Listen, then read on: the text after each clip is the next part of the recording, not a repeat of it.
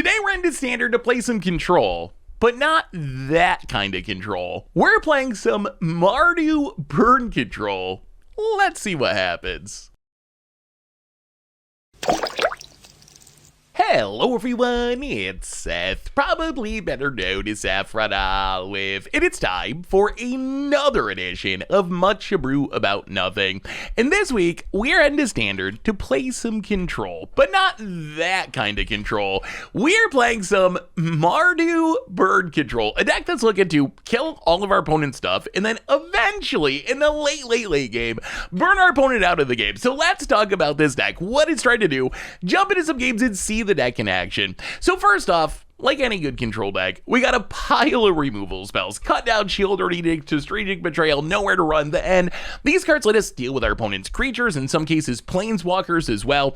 Then we have a bunch of sweepers. Temporary lockdown to give us game against the prowess deck, split up, deadly cover up, kicks this command to sweeper, sort of, that's also life gain, a way to get creatures back from our graveyard. We also have a couple of tech cards. Authority of the Consuls. This is in our deck pretty much exclusively to deal with prowess and also mono red.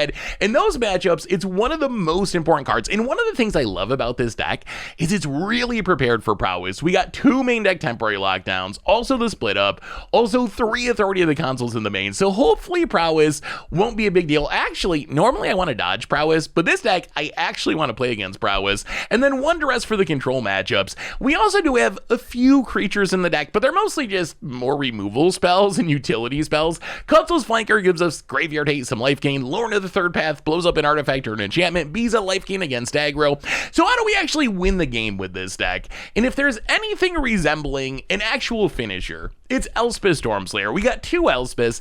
Elspeth just makes a ton of tokens, eventually sends our creatures to the air to maybe kill our opponent in a couple attacks, can also blow up creatures, so it's another removal spell. But the real plan of this deck, and what makes this deck so interesting to me, is in a weird way, we're kind of just a burn deck in a control shell. If you look at the rest of our removal, we have 4 lightning helixes, which deal 3 damage to any target, we gain 3 life. We have 4 inevitable defeats, which exile any non-land permanent, our opponent loses 3, we gain 3. Just those 8 cards is 24 damage throughout the course of the game. So assuming we send our helixes at our opponent's face, we can just play a normal control game, kill all of our opponent's stuff, exile their stuff in the inevitable defeat, and eventually our opponent's actually just gonna die to our spells, even if we get in 0 damage with our creatures, 0 damage with Elspeth. We also have Unholy Annex Ritual Chamber, which the big demon, I guess, is kind of another finisher, but if we can keep the demon out, we also can just burn our opponent with Unholy Annex on our end step as another way that we can close out the game without actually dealing damage with our creatures at all. So somehow the deck's both a control deck and a burn deck, which is actually super unique. As far as the mana base, we got 1 super important card in Corey Mountain Monastery, which I think is actually like a huge sleeper. The more I play with this card, the more I become convinced it's like Red Castle Lockwane and I should just play as many copies as possible, because in the late game, that impulse draw a card every turn is a great source of card advantage, and since it's on a land, it's less likely to die than Unholy Annex or something. Otherwise, pretty typical Virgin Surveil land mana base in the sideboard, High Noons for even more action against prowess, a ton more removal and sweepers, Exercise, another Lorn for artifacts and enchantments. For control, we have Duress, a Realm Breaker to do some mill, and another Unholy Annex, and that is Mardu Burn Control, and that's our deck for today. So let's jump into some games and see if we can win by casting a bunch of removal spells and eventually burning our opponent out of the game. Thanks for watching, everyone. I hope you enjoy it, and I'll be back in a bit for the wrap-up. Need some magic cards? Well, you can snag them from our sponsor, Card Kingdom, over at cardkingdom.com/mtggoldfish. Want to help out the channel? Well, you can snag these super sweet new dice, playmats, tokens, and more over at mtggoldfishmerch.com. It is Mardu Control time. We are finding out if Mardu, of all things, is a control color that can beat up on these prowess decks. Ugh. I think we gotta ship this. Well, we're on the play. You know what? We can try this. We got a couple surveil lands. We're on the play. Yes, it is a lot of lands. We're gonna keep the cut down just in case we're up against aggro. Opponent. Well, okay, doesn't look like aggro. Well, let's Elegant Parlor. Do we want you know what? Huh. Yeah, we'll keep Lauren. I don't know what our opponent is yet. We'll probably just run out the Lauren next turn and start attacking with it. Just have a body. Depending on what our opponent does, they could be, Jeskai, eh? Well, okay. We're definitely going to play a land, run out the Lauren, start the beats, nothing to blow up. But I don't expect them to have artifacts or enchantments, most likely. Fires of Victory, eh? Well, our opponent might be Jeskai control. Plays a land. Stocks up. Well, drawing some cards. Well, the good news is we have Quarry Mountain Monastery. We have the monastery. Bone it. Stocks up. Well, tap land, go. So I imagine this is just like a Shiko control deck. About it. Passing. Well, play the monastery, pass the turn. We have found our engine. About it. Well, okay. Temporarily. Demo field can answer it at some point. About it. Passing. Well, that's monastery. Now our opponent's going to demo field. I mean, we have 3 monasteries in the deck, so hopefully we find another one. Opponent blows up the monastery. I think we have like 1 basic left. Yeah, one swamp. Grab our swamp. Opponent grabs the plains. We exile. A duress. Okay, that's actually pretty good. Well, I mean, duress, yeah. Kind of regret keeping this cut down now. This cut down's probably not going to do anything. Abrade Helix. Well, we're taking the stock up. Take the card draw. Play the Surveil land. Yeah, I mean, this can answer the Moraine River Regent. Pass the turn. Opponent. Passing. Well, play the land, pass the turn. Probably gonna run out of flanker at some point to scry draw. I imagine our opponent's gonna draw with the River Regent.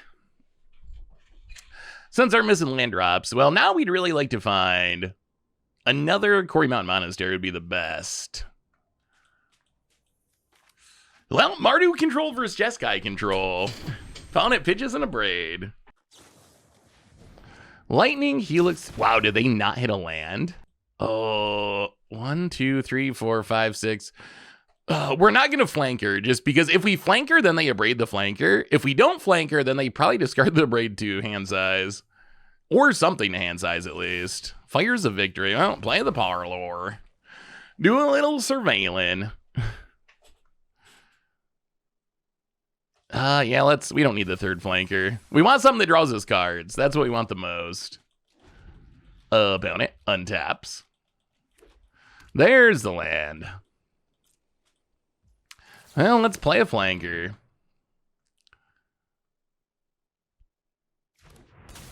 Do a little scrying.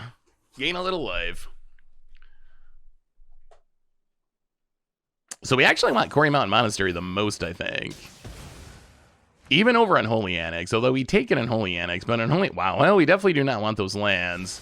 You know what? In that case, let's just flanker again. Do a little scrying, gain a little life. Opponent. Yeah, gonna kill the flanker. Sure. Well, I mean, we need to keep the Unholy Annex. We're gonna keep it. Play the land. Yeah, I think we wait. We know they have the Get Lost in hand, so we could run it out to make a 6/6. But opponent, demo field passes. Now let's play a Biza. Actually, not a bad Biza. We get to draw a card, and we get to gain some life.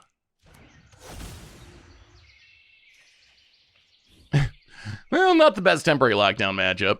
I'll pass the turn.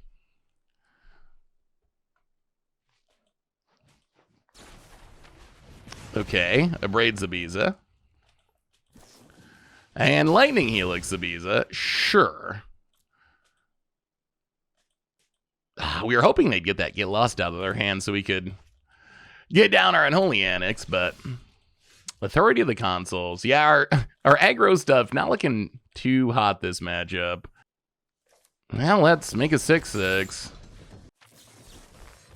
Wow. Long River's Pull. Okay. Well, play the land and unfortunately pass the turn. Well, I mean, I guess we play the authority of the consoles. It does not do much of anything in this matchup, but it might gain us a little life eventually. Found it. Another Meringue River Regent to refuel. The problem is, without the Monastery or Unholy Annex, they are going to outdraw us with the stock ups, with the Meringue River Regents, and they have another demo field. Our opponent has come prepared for lands, apparently. Found it. Stocks up, draws some cards. The end. I mean, I guess the question's going to end up being, can they actually kill us before they will mill out before us? Unless they're playing Jace, which typically they don't. Well, let's play Shadowy Backstreet. Mill a Lauren. Pass the turn. It'd be nice if they played a Meringue River Regent so we could end them. Opponent, surveil land. To the top. And passes. Inevitable defeat. All right, well, we will pass the turn. Opponent untaps. Ooh, we're doing something? We're actually doing something?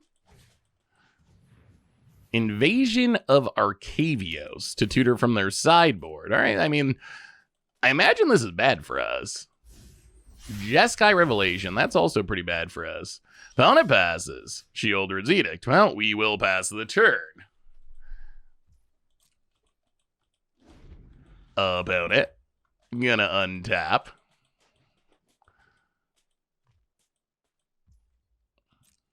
And pass. Well, I'll play the Raccoon Theater. Mill the Concealed Courtyard. Pass the turn. I mean, we will see. Opponent gonna try to bounce the invasion. Well, we will just inevitable defeat that. So we take some damage. Opponent draws more cards. We gain a little life. Lose a little life. Cut down a token. And all right, opponent, your go. So opponent's down to what, 27 cards in their deck. I mean, if they want to demo field, wow, opponent's gonna get lost. Okay. Unsure why our opponent cares about that, but we'll take it. I mean, that's a removal spell out of hand if we ever find something that does matter. Opponent, Meticulous Archive. I actually feel like there is a reasonable chance this game comes down to milling out. Opponent getting in for one. Ninjutsu down to 25. And passes. Well, there's a Monastery. It is going to get blown up, but we can't do much about that. I think we Strategic Betrayal. Get rid of the token, and getting rid of the graveyard's actually pretty helpful here. That's a lot of good things for Ashiko. A lot of action. Like almost all the stock ups, all the lightning helixes. Opponent's going to 3 steps ahead. So we're going to counter and copy. Okay. Sure. And we'll just play a temporary lockdown. Wow. All right, opponent. Lots of counters. Lots of counters. Well, let's play the Monastery. And pass turn.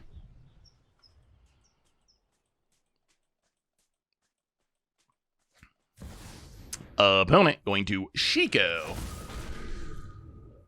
Gonna try to draw some more cards, I assume. Well, in response, sack a non-token creature. Our opponent shouldn't have that many more counters. You can't afford to play that many counters in your control decks these days. Opponent. Stocks up. Gonna draw some cards. Down to 21. I mean, the big issue is we just don't have any cards in hand. That is the problem. Our opponent has all the cards. We have none of the cards. So that's Quarry Mountain Monastery. I expect they're going to demo field it. Yep. This might actually be a pretty annoying matchup. Our deck's really built to fight against the aggro decks. I imagine blue control is probably about as bad as matchups get for us. Well, Lightning Helix. Get rid of a monk. Play a monastery. Pass the turn. Finding another monastery is good. Hopefully our opponent's about done with their silly demo fields. Survey a land for our opponent. Gonna go to combat. Get in with the monk. Down to 23. Well, that's monastery. Untap. We're gonna keep the deadly cover up. Not because it's necessarily... Not because it's good at blowing up creatures here, but because we can use it to exile something from our opponent's deck like Shiko. That is the upside. Opponent gets in. Hits us. Well, that's Quarry Mountain Monastery. Draw the cover up. Untap. Play the cover up. Do a little exiling. See if our opponent has another counter. 3 steps ahead. Sure. Opponent gonna draw some more cards. I still think this very likely can come down to milling our opponent out. Let's play the lockdown. Long reverse pull. Our opponent's playing an absolutely insane amount of counters. All right, well, let's pass the turn. Stop on our opponent's upkeep. Nowhere to... Oh, nowhere to run. Get rid of a monk. Opponent. Plays the land. Gonna get in for 1. And passes. Well, play the Verge. I think we Ritual Chamber. See if our opponent has more counters. Try to make a 6/6. Opponent's got 17 cards in their deck. We have 22. So we get the 6/6. And I mean, we are going to unlock the other half in case it sticks. And we might as well try to crack some maps. Crack a map on the demon. And opponent fires a victory. Okay. And another get lost. Blows up the Unholy Annex. All right. Well, I mean, we're slogging through the cards little by little. Past the turn. Opponent, 15 cards in their deck. I mean, that is going to be the question. Can they kill us? Wow. Okay. Can they kill us with 13 cards in their deck? Do they have some plan to shuffle their graveyard back in? We don't have, I think, any flankers left, do we? We used, yeah, they all showed up very early this game. And the strategic betrayal got countered. Opponent's down to 13 cards. Gonna go to combat. Gonna get in. Hit us. Down to 19. Well, that's Monastery. Biza's not the worst. Play the Biza.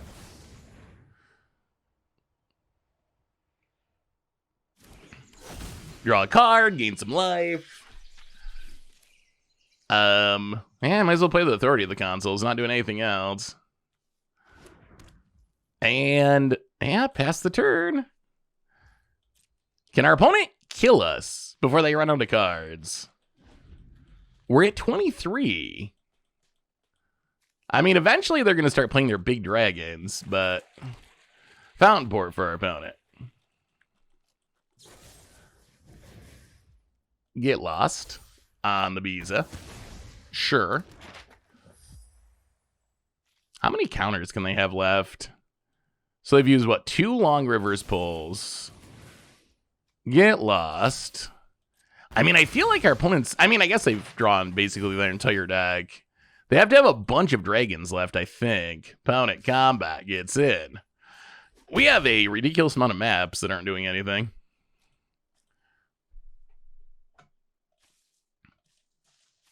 About it. Meringue River Regent as a creature. Gonna bounce some maps. We really would like to end that. We'll see. We'll see how many counters they got left. Let's Monastery. Find another authority of the consoles. Well, let's the end on the River Regent. So opponent's going to 3 steps ahead to copy the Meringue River Regent and bounce the original. All right, yeah. So that fizzles the end for now. We will Gix's command. Sack your big creature, get back 2 creatures. Oh my god! Okay. Oh, all right. Well, how about that? How about that? The end on the Meringue River Regent. All right, what's left in the library? 3 River Regents, a Zergo and Ojutai, a Shiko, a Long River's Pull. All right. I mean, that library's getting pretty light. Pretty light. Well, they get to draw a card. We'll play the authority of the consoles. Pretty good against Ojutai. About it. Can you kill us with 7 cards? Are we going to win this by milling our opponent out? Are we just going to grind them all the way out? Found it. Land. This is just game 1, too. My god. Is it fish time? Have we reached the point of making fish? We have. Opponent makes a fish. Gains us some life. Gets in, hits us. Down to 20. Inevitable defeat is good. Yeah,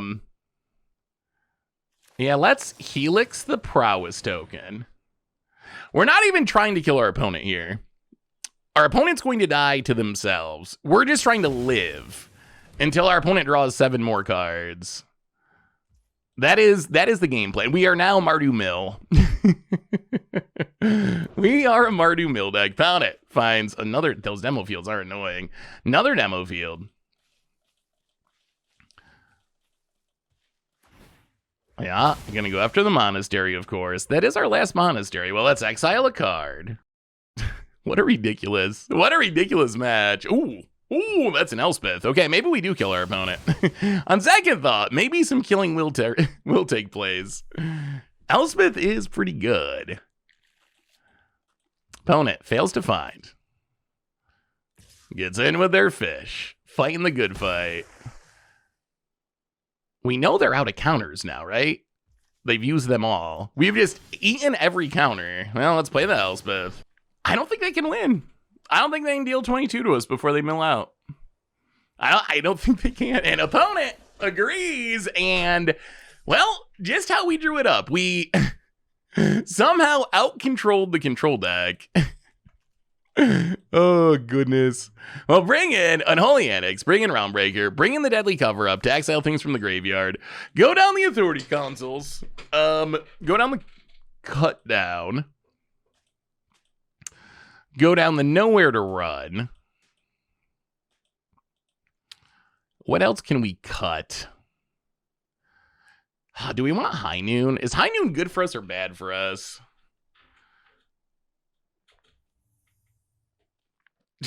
I honestly don't know if it's good for us or bad for us. I kind of want to cut the temporary lockdowns.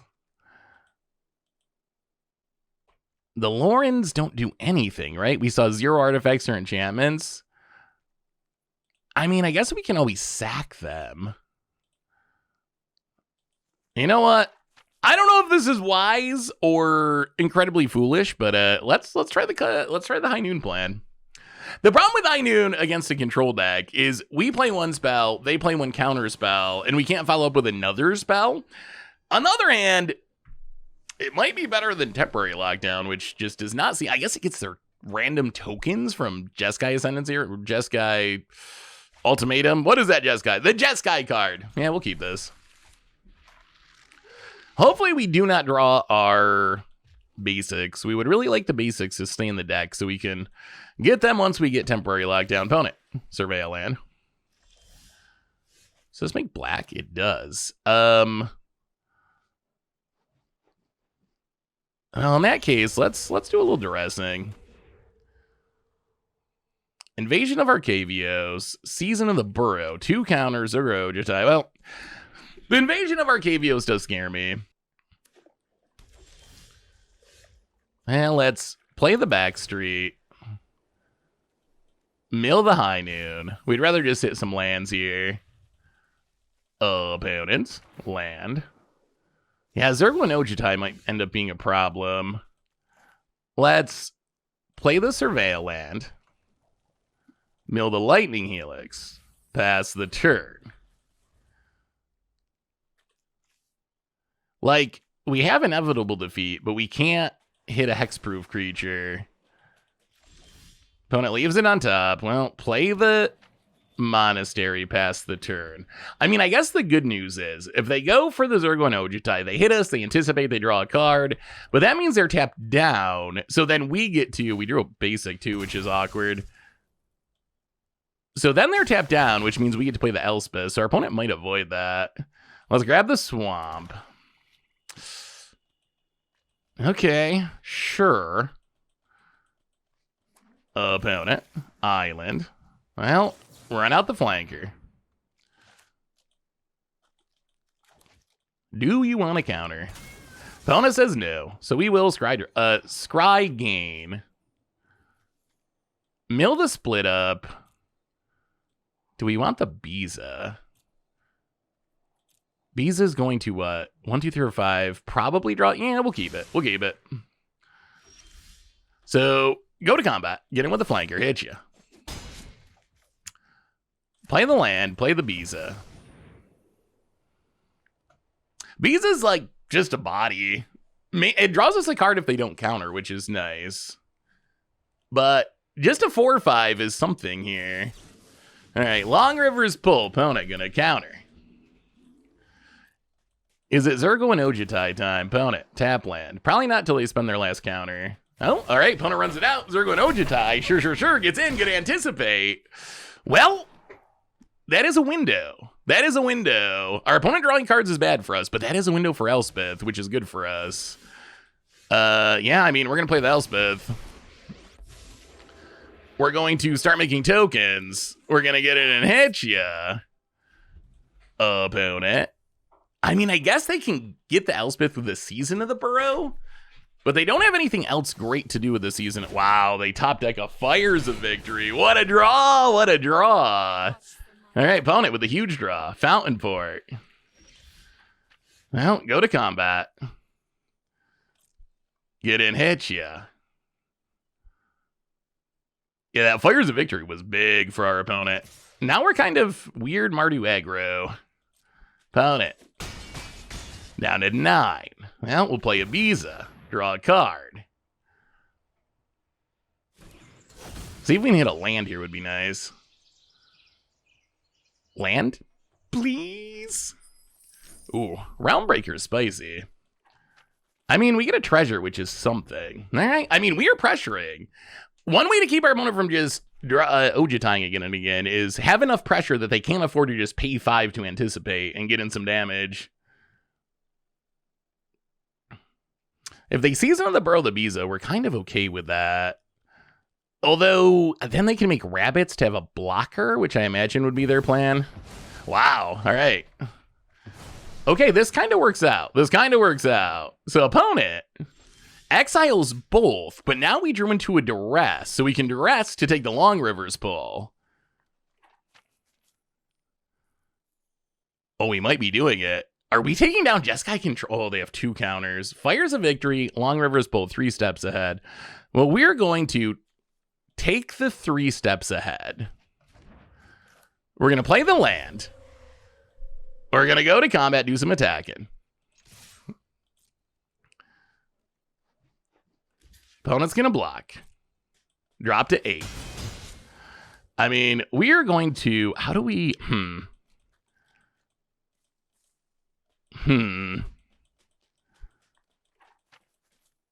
How do we care about this Realm Breaker getting countered? Yeah, let's play the Realm Breaker. I imagine this forces them to Long River's pull and gift us a card.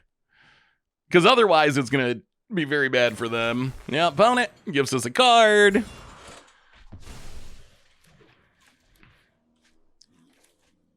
Well, let's pass the turn. If our opponent ever has to play the Ojutai and leave it back on defense, then that becomes very good for us, opponent. Getting in with Ojutai, sure. Hits us. Anticipates. Picks it up. Plays a demo field. Well, let's Cutsel's Flanker. We're just going to exile our opponent's graveyard. I feel like if we scry, then that forces them to demo field, and then we go down a land, and we don't really want to go down a land. Well, play the land. Go to combat. Get in, hit you. Opponent takes the beats. Well, let's play an Elspeth. See if they do another counter. Nope. All right. Well, we will make a couple soldiers.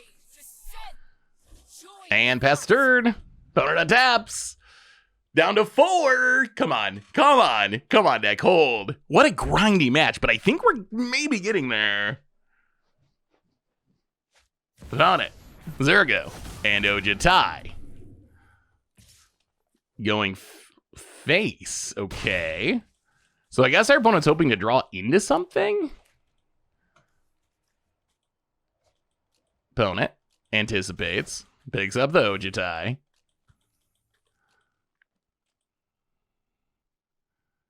They don't have enough cards in hand to kick a Fire's Evict. An opponent scoops it up and... Mardu Control, milling out Jeskai, the more traditional control deck, and that actually felt pretty good. That felt pretty good. It felt like a tough matchup, especially in game 1, but we found the secret sauce. It felt so scary because they were drawing a ton of cards and we weren't drawing a ton of cards, but it turns out maybe drawing cards is a bad thing because all we had to do was cast enough removal to not die, and our opponent just drew themselves to death like me playing Commanders, so sweet. Please be aggro. This hand looks really good. It looks especially good if we're up against an aggro deck. Hello, opponent. What's up, Ral? Jungle Hollow. Okay. I don't know what that means, but I guess we'll find out. Yeah, let's play the Verge. We are going to need a land with a land type at some point to turn on these Verges. Opponent. Verge of their own and passes. All right, that'll work. Shadowy Backstreet, turn on the Verge, do a little surveilling. So our opponent might be just Golgari, I guess. Golgari ramp, Golgari midrange. Yeah, I think we want the land. Pass turn. All right, opponent, what are you up to? Untaps. And demo field. And plots a Pillage the Bog. Okay. That's actually kind of scary. 1, 2, 3, 4, 5, 6. Well, let's, I guess, run out of Biza and draw a card. Pillage the Bog makes me think there's some sort of combo deck. Usually, you don't play this in just mid-range. Opponent land. Sheoldred. I mean, we have a clean answer to the Sheoldred, so that's fine. Ironically, that is a Sheoldred's Edict. I guess that's what the name's for. It's here to edict the Sheoldred. Authority of the Consuls. Well, play the land, go to combat, hit you with a Biza. And I think we just pass. We can run out the flanker, maybe, do a little surveilling. Opponent, so many demo fields. When did people start playing demo field all the time? Opponent, looking at the Biza. Virtue of Persistence, the Biza. Well, you got 2 of them. Nowhere to run. Okay, well, our opponent successfully killed a Biza. Sure. And opponent passing. Well, that's Kutzel's flanker. Do a little scrying. Do we want lands? I guess we can keep the Surveil land. That's fine. Keep the Surveil land. Play the Surveil land. Deadly cover-up. Huh. Yeah, I don't think we need Deadly cover-up here. Let's put that to the graveyard. Go to combat. Get in, hit you with the flanker. Down to 14. Also worth thinking of this deck kind of is like, it can't be counter burn because we don't have any counter spells, but we're Mardu Burn Control because Lightning Helix and Inevitable Defeat, we technically have enough burn that we can just kill our opponent with direct damage over the course of the game. Opponent. Demo field. Well, thankfully, we still got a couple basics in our deck. This is fine. Thins our deck a bit. Grab a swamp. Would rather have our opponent use them now than after we find a monastery, because monastery's been really good. All right, opponent, finally gonna pillage the bog. Do a little digging. What are we trying to find, opponent? I mean, they go 12 cards deep. That is almost a demonic tutor. They should be able to find pretty much what they want. Wow. All right, Maelstrom Pulse the flanker. Sure. Sure. Opponent passes. Well, Elegant Parlor. Definitely keeping Unholy Annex. That is one of the cards we want to see the most. Opponent, Schwamp. And Glissa Sunslayer. We might have to Helix that. Opponent passing. Well, let's Helix the Glissa. Opponent's only got 2 cards in hand.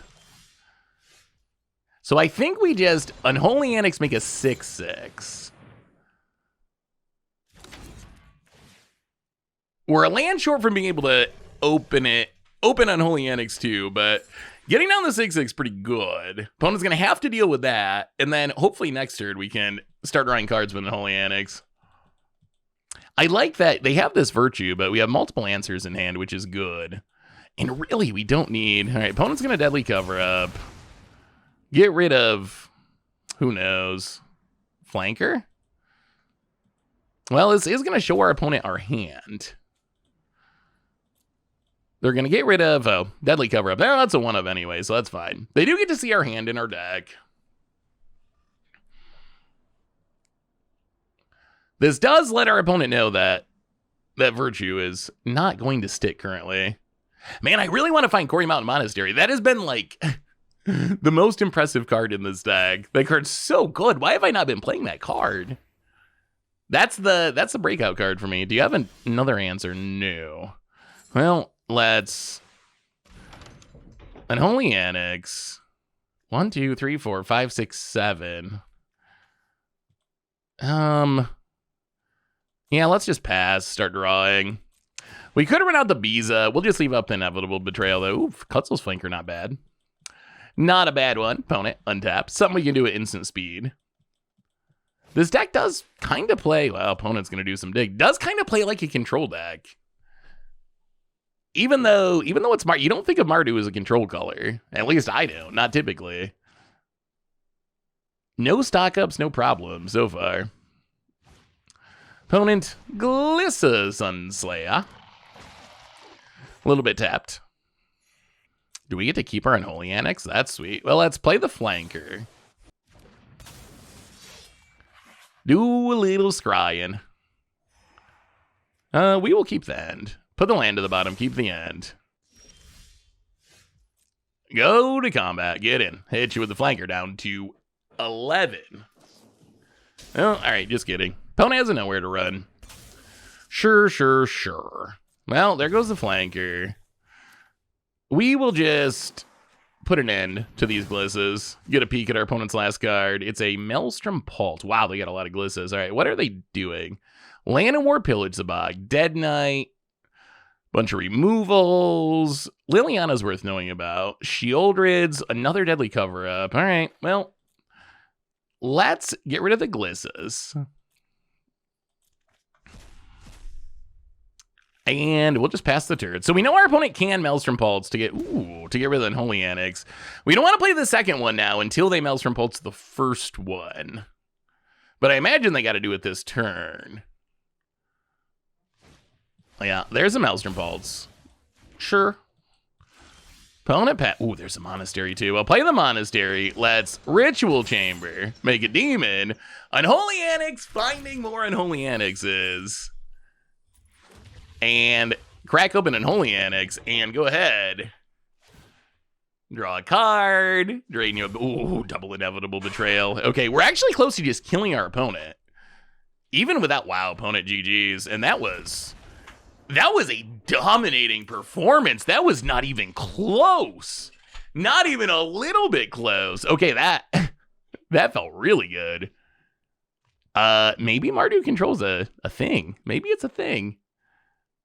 So what do we want against this deck? Can we bring in an Unholy Annex? What do we not want? It's probably even a bigger question. So we can go down Authority of the Consuls. Go up the Sheoldred's Edict. I kind of want Realmbreaker, although it also kind of dies. Exercise seems fine. What do we do about Liliana? So I guess we have Inevitable Defeat. We probably go down the lockdowns. Go down the lockdowns. Do we want Duress? I kind of want another Deadly Cover. Let's go Deadly Cover Up. One Duress. Maybe go down the Cut Down for a second Duress. Nowhere to Run's fine. Basically, we want removal that kills Glissa and up. And we don't really want removal that does not kill a 3-3. If it doesn't kill a 3-3, we're not really interested. All right, well, let's run it like that. All right, Raul. Raul? Is it Raul? Maybe it's Raul. All right, on to game number 2. We are on the draw. This hand seems fine. Some lands, some Duressin. Yeah, let's just Concealed Courtyard. Get down this Duress. The end. Go for the throat, go for the throat. Cease, desist, Mosswood, Dread Knight. Well, we will take... Yeah, let's take the end. The end's not that good against us because we're not playing that many copies of anything, but opponent. Gonna draw with the Dread Knight. Well, let's Surveil land. Keep a Lightning Helix. Opponent. Land and Mosswood Dread Knight. Gonna draw a card. Well, let's keep on surveilling. Well, we will keep the end. The end seems like a good way to get rid of, well, I guess we can't get rid of all the Dread Knights. Opponent, land. Actually, we want them to just double Dread Knight, and then what we can do is Lightning Helix 1. No, they're just going to play one of them. All right, we'll just wait then. And play the... Well, we got to play the Theater. We want to be able to play Elspeth next turn, so let's play the Theater. Keep the Sheoldred's Edict, because it can deal with a Liliana. Pass the turn. Well, now our new goal is play a Liliana on a mostly empty board. Glissa. Okay. Opponent, combat. Gonna get in. Well, we'll take 3. And then nowhere to run. Get rid of the Glissa.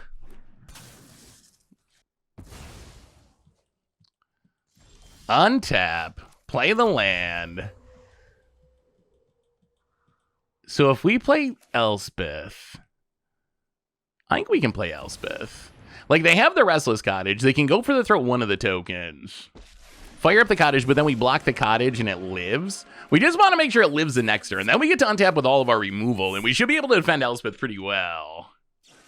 Found it. Gonna go for the throat. Opponent's gonna spend a lot of resources here. Go for the throat the token. Untap. I mean, as long as this Elspeth is alive, life is very good in Mardu land. Oh, do they actually have a hard removal spell? We did see Maelstrom Pulse. They could have Maelstrom Pulse. That... Okay, Terra Sunder. That also works. Found it. Getting in with the Dread Knight. We will take it. Well, play the Verge. Go to combat. Get in, hit ya. Huh. Yeah, let's just pass, see what our opponent does. Really want them to play the second Dread Knight. Another Glissa. Opponent, combat. Because if they play the other Dread Knight, then we can probably get rid of both of them.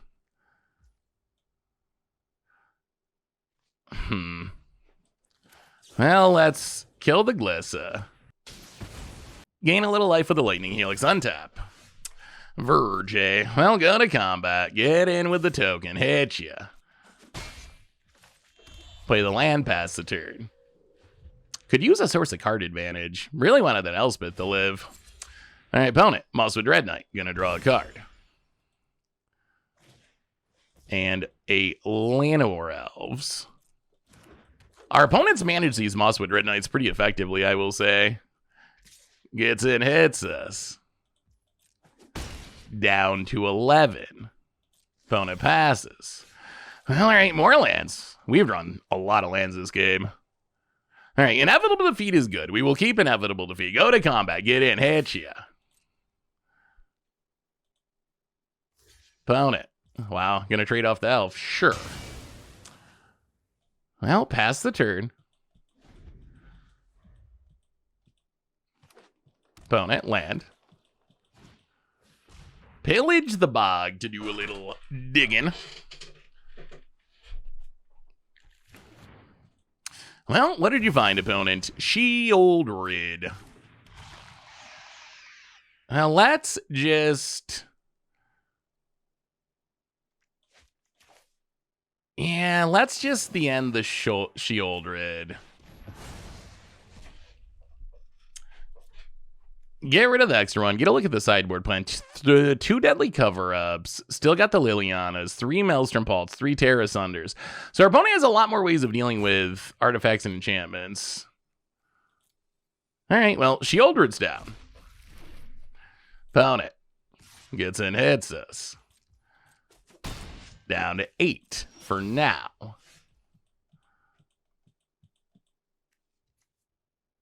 Well, I think we...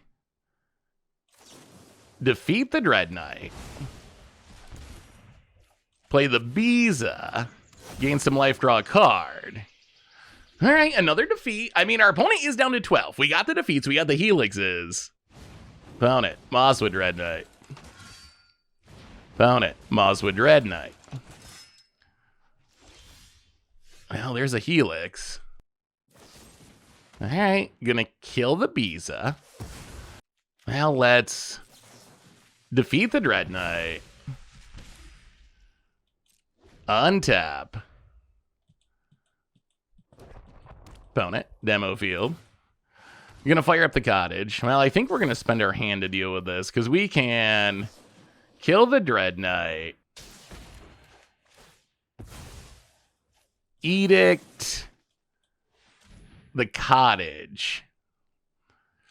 All right, we need some card draw. We want the we need the monastery, although they do have the demo field, but... All right. Kill them both. Opponent does get to do Dread Knight stuff. We're back up to 21, though. Come on, deck. We need a big draw. We need a big draw. Lightning Helix. All right, pass the turn. Lightning Helix isn't exactly a big draw. Cheaty land up to 9. Mosswood Dread Knight. Opponent, passing. Well, I mean, duress isn't horrible. Let's duress. Maybe we gotta go up to 4 monasteries. We have 3, which I thought was a lot, but... Opponent, going to cease to draw a card, gain a couple life, up to 11. Well, we'll take the Deadly Cover-Up. Opponent's just got 2 lands in hand. Pass the turn. Well, who top decks something meaningful first? Opponent, land. Liliana, okay, Liliana's pretty meaningful. Opponent's gonna tick up. Well, we will Helix the Liliana just to buy some time. All right, deck. I'm tired of your secret. Unholy Annex would be great. That would be the literal best draw in the deck. Strategic betrayal. Well, okay. That gets rid of the Dread Knight forever.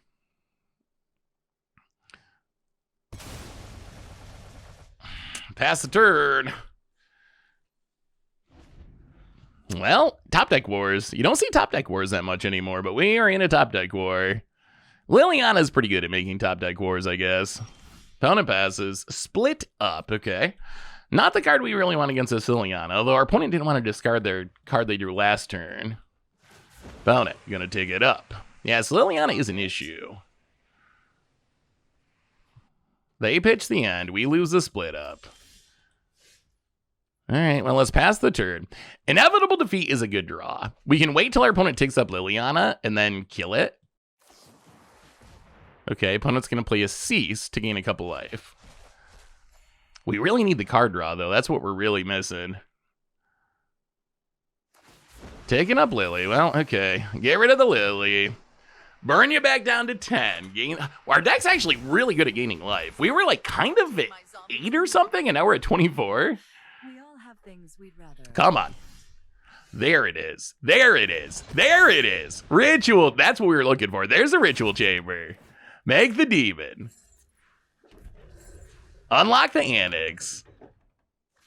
Pass the turn. Draw a card. Drain ya. Our opponent just discarded their Terra Sunder to the Liliana. Maybe the Liliana got our opponent more than it got us.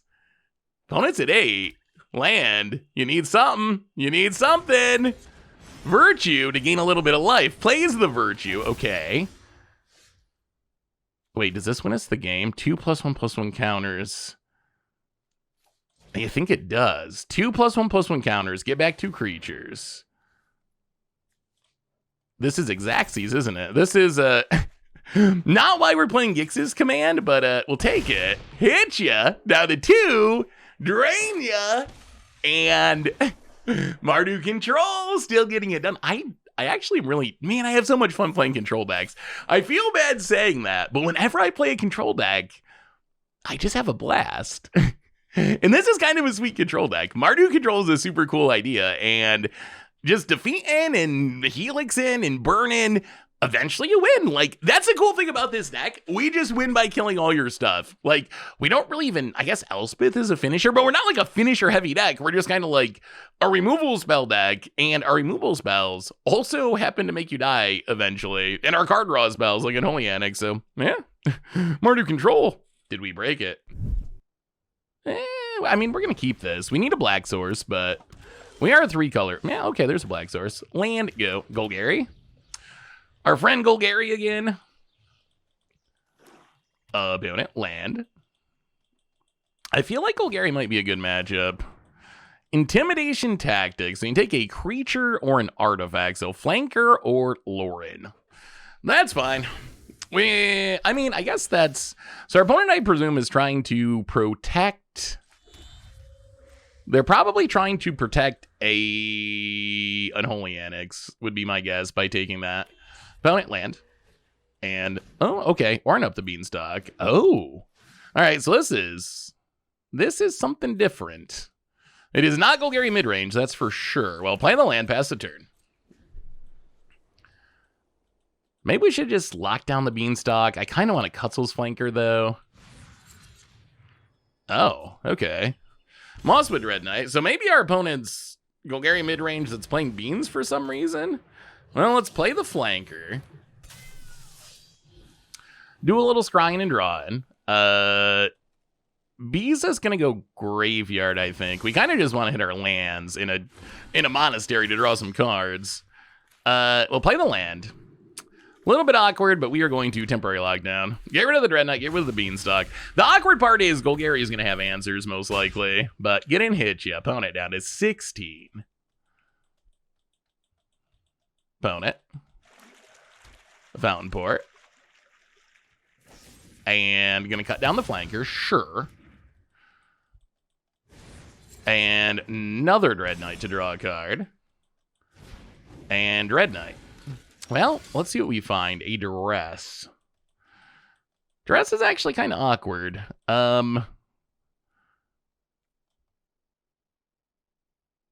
let's just pass the turn and see what happens. A land would have been nice. Opponent. Gonna get in with the Dread Knight. Down to 19. Alright, well, untap. Well, there's a land. It's a little more tapped than we were hoping, but it is a land. Alright, Concealed Courtyard, also a little more tapped than we were hoping, but yeah, pass the turn. Opponent, gonna go fishing with the Fountain Port. Are we gonna have to inevitably betray this Mosswood Dread Knight? Or inevitable, I keep saying betray, defeat. Inevitable defeat the Dread Knight. Opponent. Combat. Hits us. Well, we're going to take it for now. Down to 15. Well, let's try to defeat this Dread Knight. They could kill it in response.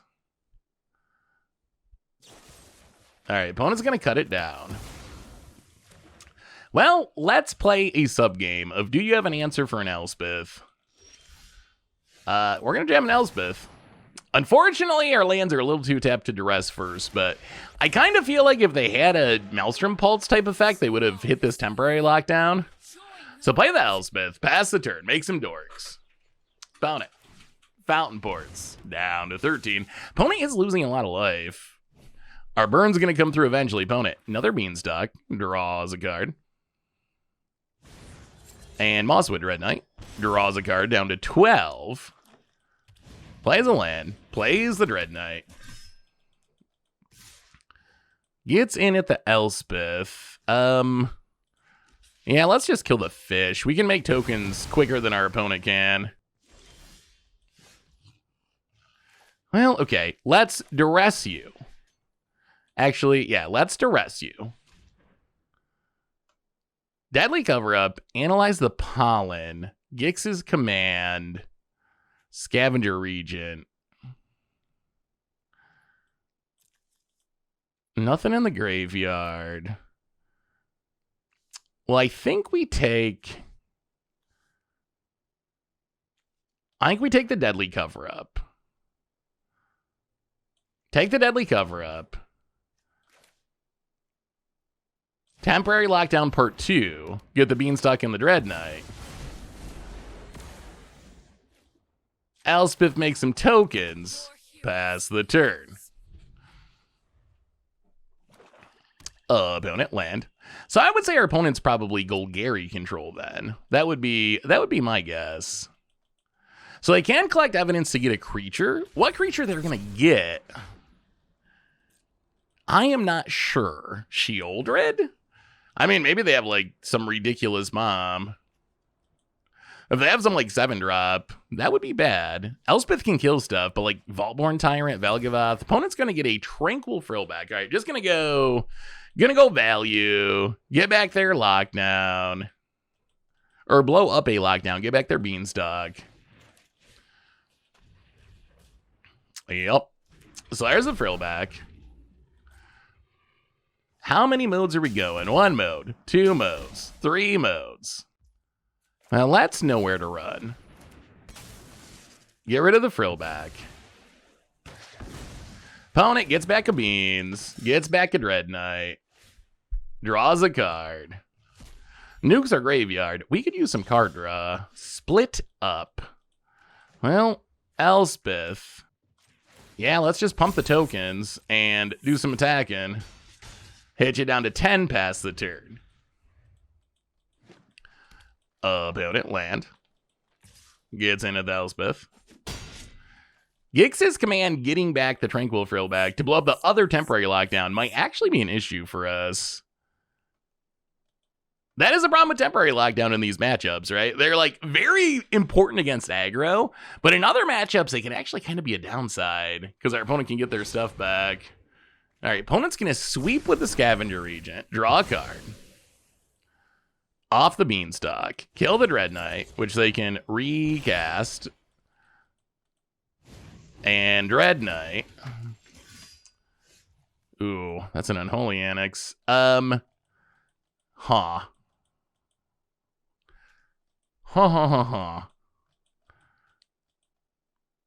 Well, I think we will make tokens. Unholy Annex on card draw mode. Pass the turn. Draw a card. Opponent. Creature land. If we make the demon, they just get it with the Gix's command. We kind of need the Gix's command. All right, opponent's going to Gix's command. Draw a card. Wrath the board. Get back a Tranquil Frill back. It's going to be an interesting game, I think. We have our opponent to 9, but they're so far ahead on mana. They're not even ramping. They're just so far ahead on mana. Because we have not been hitting land drops. Opponent hits the Elspeth. Down to 2. Tranquil Frill back. So I imagine this is a instant replay of sorts where they're going to blow up the lockdown, gain some life. Actually, maybe they got to blow up the Unholy Annex. They're trying to decide. All right, opponent's going to go Unholy Annex. Sure. Well, this means we get to play Biza and actually get literally full value out of it. Oh, now they're at 13, so we don't get to gain the life. But we get to make double fish, play the Verge, Elspeth. Do we make more? Yeah, make more soldiers. So our opponent needs another Wrath, I believe. Oh, we got double treasures too. That was actually maybe the best Biza I've ever cast. If only we had gained the life, it would have literally been the ultimate Biza. Found it. I mean, they need to do something or else Elspeth just sends everything to the air and you die. That is the beauty of Elspeth.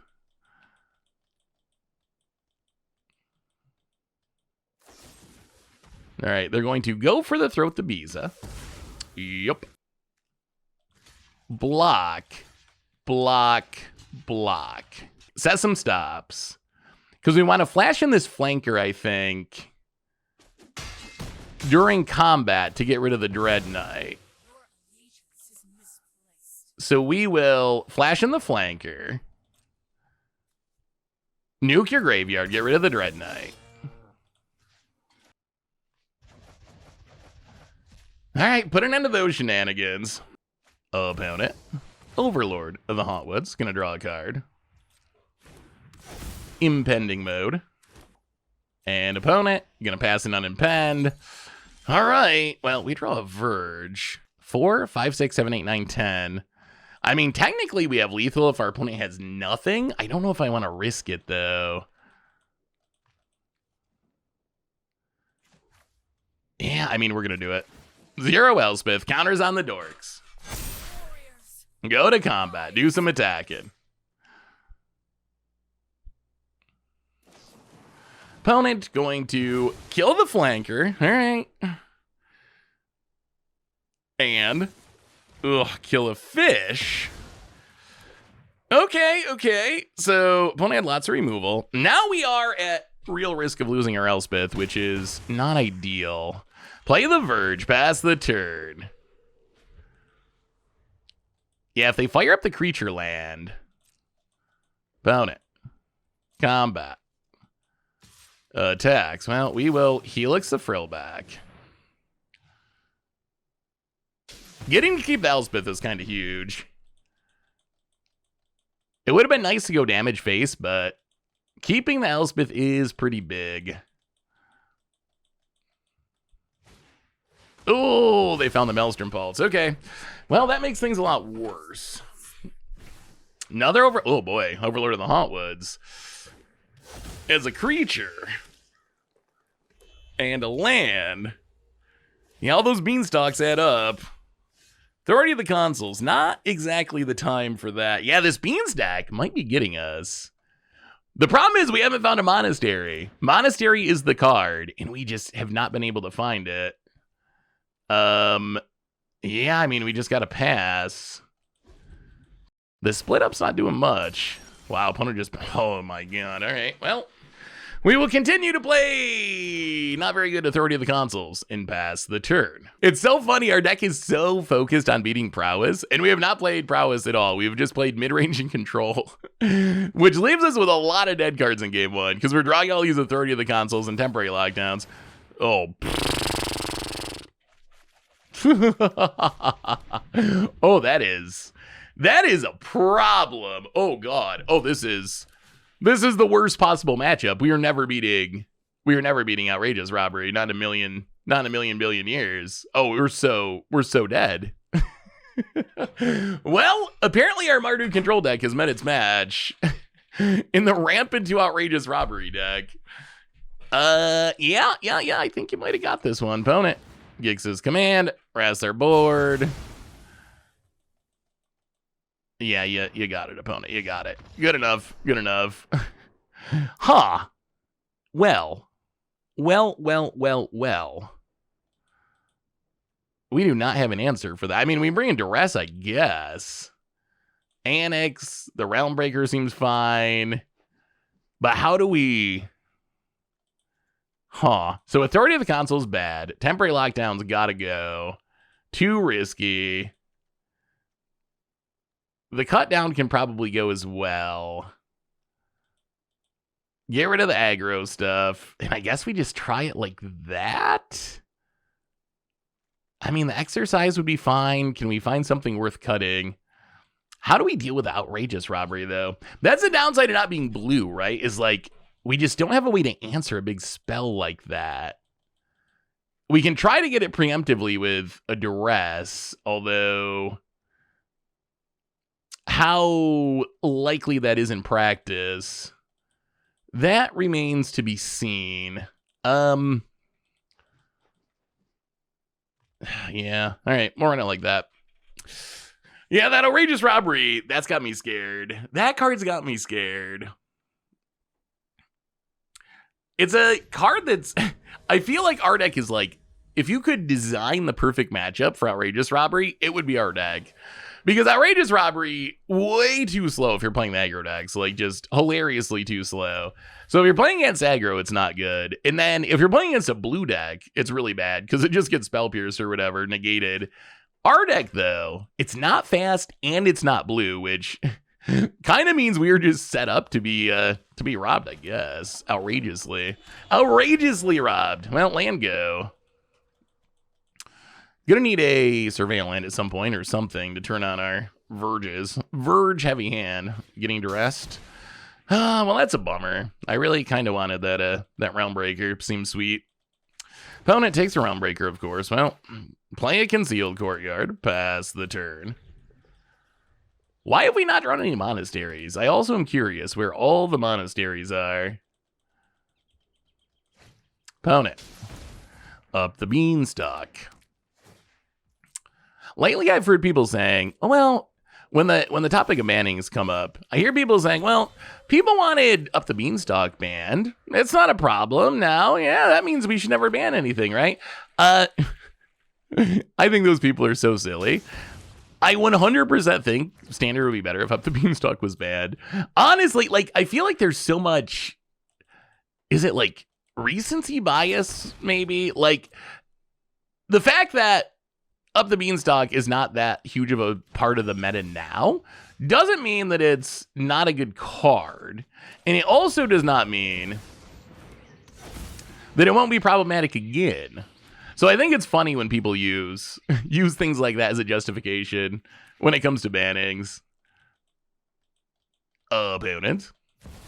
Overlord of the Hotwoods. I'm gonna draw 2 cards with Up the Beanstalk. Sure. Yep, make an everywhere land. Yep. And play a land that they drew off the Up the Beanstalk. Pass the turn. We draw another Verge. Not a good card. Go to combat. Get and hit you. This is the problem with Verges. I feel like Verges are actually very mid-tier in a lot of decks. I feel like they're not. I feel like they're actually like... They're not dual lands. We're seeing that right now. Like, when they work, they're dual lands, but then some percentage of the time they're not dual lands. Oh my god. Found it. Another Up the Beanstalk. Draws some more cards. Or another Overlord with Up the Beanstalks. Makes another everywhere land. Well, we will. If we're going to win this, it is going to involve inevitable betrayal. Oh boy. Oh my god. Do we have to keep the swamp, even though it's horrible? Just to, well, I guess not. We have all of our colors now. Bottom. We need an inevitable defeat right here, and we win. Unholy Annex. Oh, play the land. Make a 6/6. Pass the turn. opponent. If they have Scavenger Regent, though, they get to wrath the board and draw a million cards without the Beanstalk. Opponent, I'm gonna go for the Throat the Demon. When we draw an actual land, it looks great. Opponent does not have any of those problems because they just get to draw every card in existence. Aclazotz, Unimpens. We draw another Lightning Helix. So close. So close. Oh, man. How can we do this? So we're going to have to spend the Lightning Helixes on the Aclazotz? That feels bad. All right, let's turn on the Unholy Annex. Let's pass the turn. The problem is they get to start getting life. We draw... Wow, another Verge somehow. Found it. Creature land. Combat. Gets in with both. Well, I mean, we're going to discard a Biza. Take our beats. Yeah, these Beanstalks are just drowning us here. The Beanstalk ramp plan. About it. We have lots of answers, too. We just can't draw them. Opponent gets a 6/6. Hooray. We untap. There is the inevitable defeat. Unfortunately, it came way too late. If we had drawn this a couple turns ago, and this doesn't even... Man. Also getting max punished by this Verge mana base. So the problem we have now is we can defeat the Overlord. 3, 4, 5, 6, 7, 8, 9, 10. That would have been enough last turn before this Aclazotz hit us, but we are a turn too late with actually finding our meaningful card. Which, now I don't know what we do. I guess we have to kill the Aclazotz. The problem is getting rid of Aclazotz doesn't do anything. Like, it does something, but it doesn't do enough of something. Because our opponent still has these 2 Overlords. We have to start blocking. We're probably just dead here, honestly. We can't cast a Lightning Helix because we have drawn 5 Verges of fast land. Found it. Gonna blow up on our Unholy Annex after letting us draw a card. Another inevitable defeat. Man, we were so close. If we had drawn one of these defeats one turn earlier, we just win this game. Found it. Gonna sack a token to draw a card. Untap, play a land. Goes to combat. Gets in. Makes a million everywhere lands. Well, we gotta block with the flanker. Drop to 5. So close. I mean, eventually the Outrageous Robbery is probably gonna get us anyway. Thrun. Draws 2 cards. Also, like, I know Zer's rotating, but this deck's a pretty good example of how Beanstalk's still going to be good after rotation. Yeah, I mean, that just does it in so many ways. So that has Hexproof. We can't attack through it. Yeah, that's just game. Man, oh! Well, I will say two things about this match. One is... Seems like a bad matchup. 2 is, I kind of hate Verges. Give us some real dual lands, Watsy. Give us some real dual lands. Lands that actually make both colors of mana. This is what, turn like 10? 15? Like, this is late game. And we just never turned on our I know they look like they turned on now. That's only because the game ended. Like, these are all not dual lands. And that was actually really impactful. Because if our Verges were turned on, we would have been able to, like, defeat and Lightning Helix and double Lightning Helix to kill something. Ah, man. That one hurts. That one hurts in a bunch of different ways. I still think we were probably doomed because I don't know how we beat the Outrageous Robbery. Like, sooner or later, that's going to get us. And our opponent had double Beanstalk. Like, both of these games, actually, our opponent had double Beanstalk on, like, turn 3, which, I mean, that's what you want if you're playing Beans. Well, all right. All right, what's up, Madney? Good old arena names. Yeah. Sand looks pretty fine. On the draw, but we got a Lightning. Yeah, Sand looks good. I like it. We got a Surveil Land to turn on all of our Verges. Orzhov, well, could be demons. Definitely keeping the Monastery. We don't really necessarily need another land, but Monastery's so good that we want that one in specific. Well, let's play a Verge past the turn. Well, if it's Orzhov and our opponent hasn't played anything yet, odds are it's Orzhov demons. I feel like yeah, definitely demons. Opponent, Anointed Peacekeeper. Well, our opponent can name the Lightning Helix to keep us from killing it immediately. They name the Unholy Annex, but they'd have to name Lightning Helix, right? That's the only reasonable thing to name here, I think, is Helix. Or else we just immediately kill the Peacekeeper and it does nothing. This at least lets our opponent get in a little damage, right?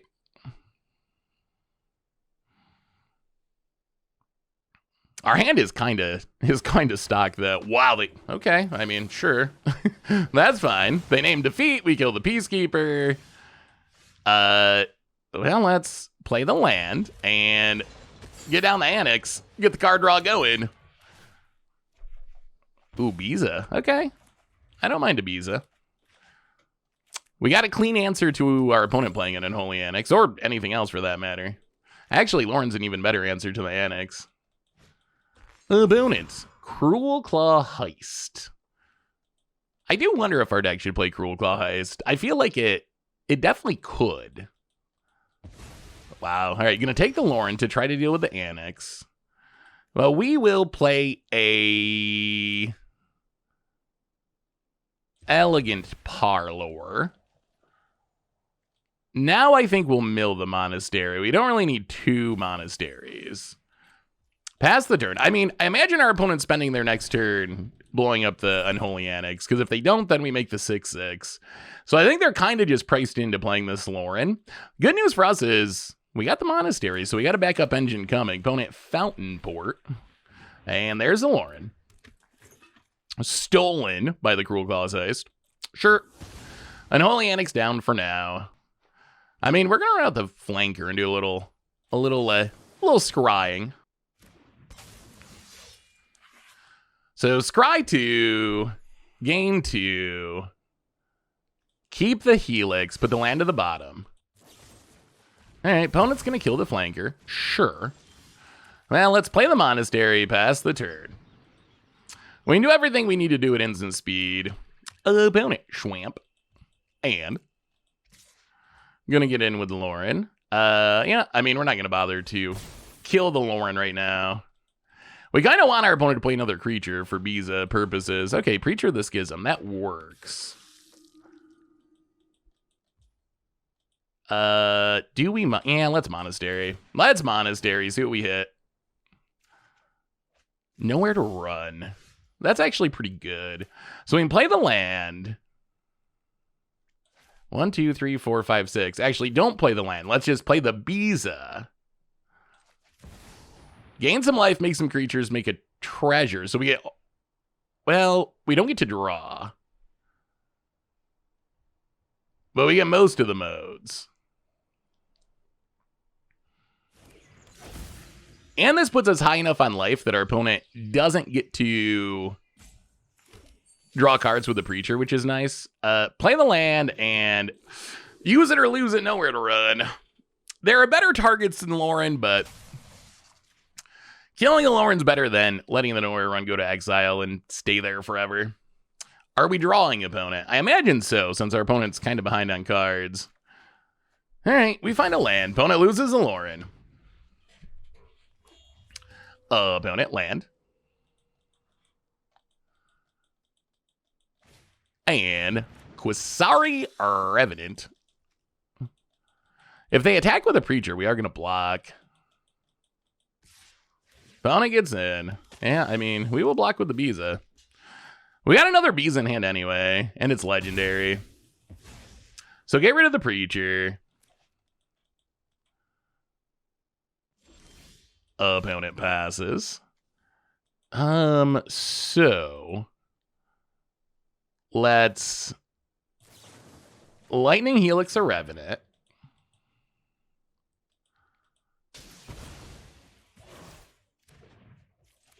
Play the land, get in with the fish.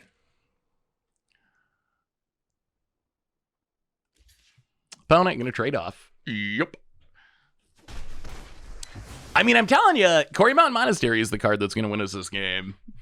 It might not look like much. Oh, well, I don't think we can pass up this juiciness. Opponent. Soulstone Sanctuary, and let's put an end to the Soulstone Sanctuary. And we will, Shieldred and Archfiend. Well, we'll get all the copies out of our deck. See if our opponent maybe misses some land drops now. Or we're deck thinning for them and improving their deck.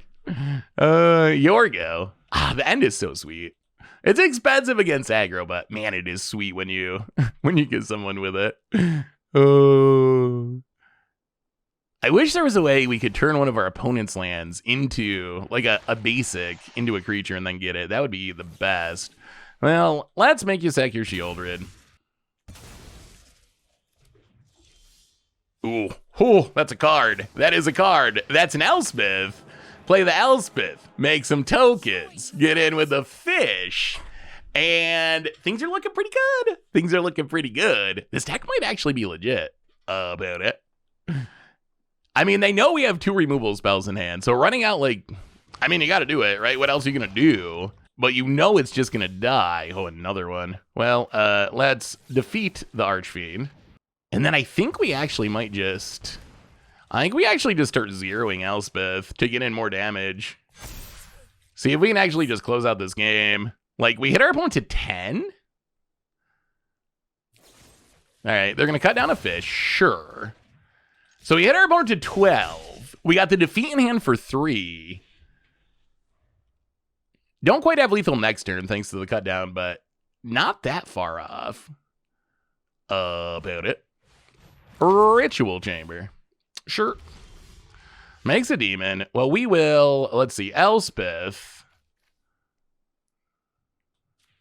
Oh, mana value 3 or greater. Oops. In that case, how do we do this? Well, let's defeat the demon. Hit you to 9. Actually, we do just win.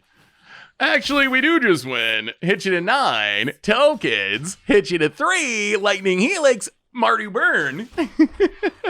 Now we're a burn deck. It kind of actually is burn control in a weird way. So opponent's playing Orzhov Demons. What do we want against Orzhov Demons? I kind of want Unholy Annex. I kind of want Realm Breaker. We can go down Authority of the Consuls. We can go down Temporary Lockdowns. Go up Deadly Cover-Up Shieldred's Edict. The big question is, do we want Duresses? And I'm not sure the answer to that. Nowhere to Run doesn't actually kill anything, does it? I mean, Sunfall seems okay. Yeah, maybe we go like 2 Duresses. Let's try something like that. I think that's fine. I love playing control decks. I have so much fun playing control decks. Especially, like, a deck like this is neat. Because when I think of control, I think of just leaving up blue counter spells. But this is, like, such a weird mashup of, like, it's a control deck, but it's also oddly kind of a burn deck in a really weird way, which is just, like, a neat idea. And it seems to line up pretty well with the meta. Quarry Mountain Monastery, I'm telling you. It's the truth. All right, on to game number 2. We are on the draw for this one. Probably the scariest part of this matchup is actually the Cruel Cause. Well, as much as I love Quarry Mountain Monastery, I don't think we can keep just a Quarry Mountain Monastery as our land. Probably gonna have to mulligan this one. All right, this is reasonable. We will put a Verge to the bottom. Yeah, let's try it like that. Well, not the fastest hand, but that should be fine. Not the fastest matchup. We got some good answers once we get things going. And, of course, the Monastery of Truth. Opponent. Concealed Courtyard. Well, Shadowy Backstreet. We will keep the end. Pass the turn.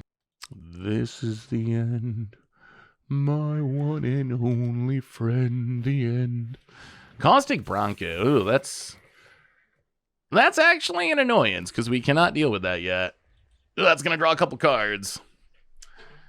That is going to draw a couple cards.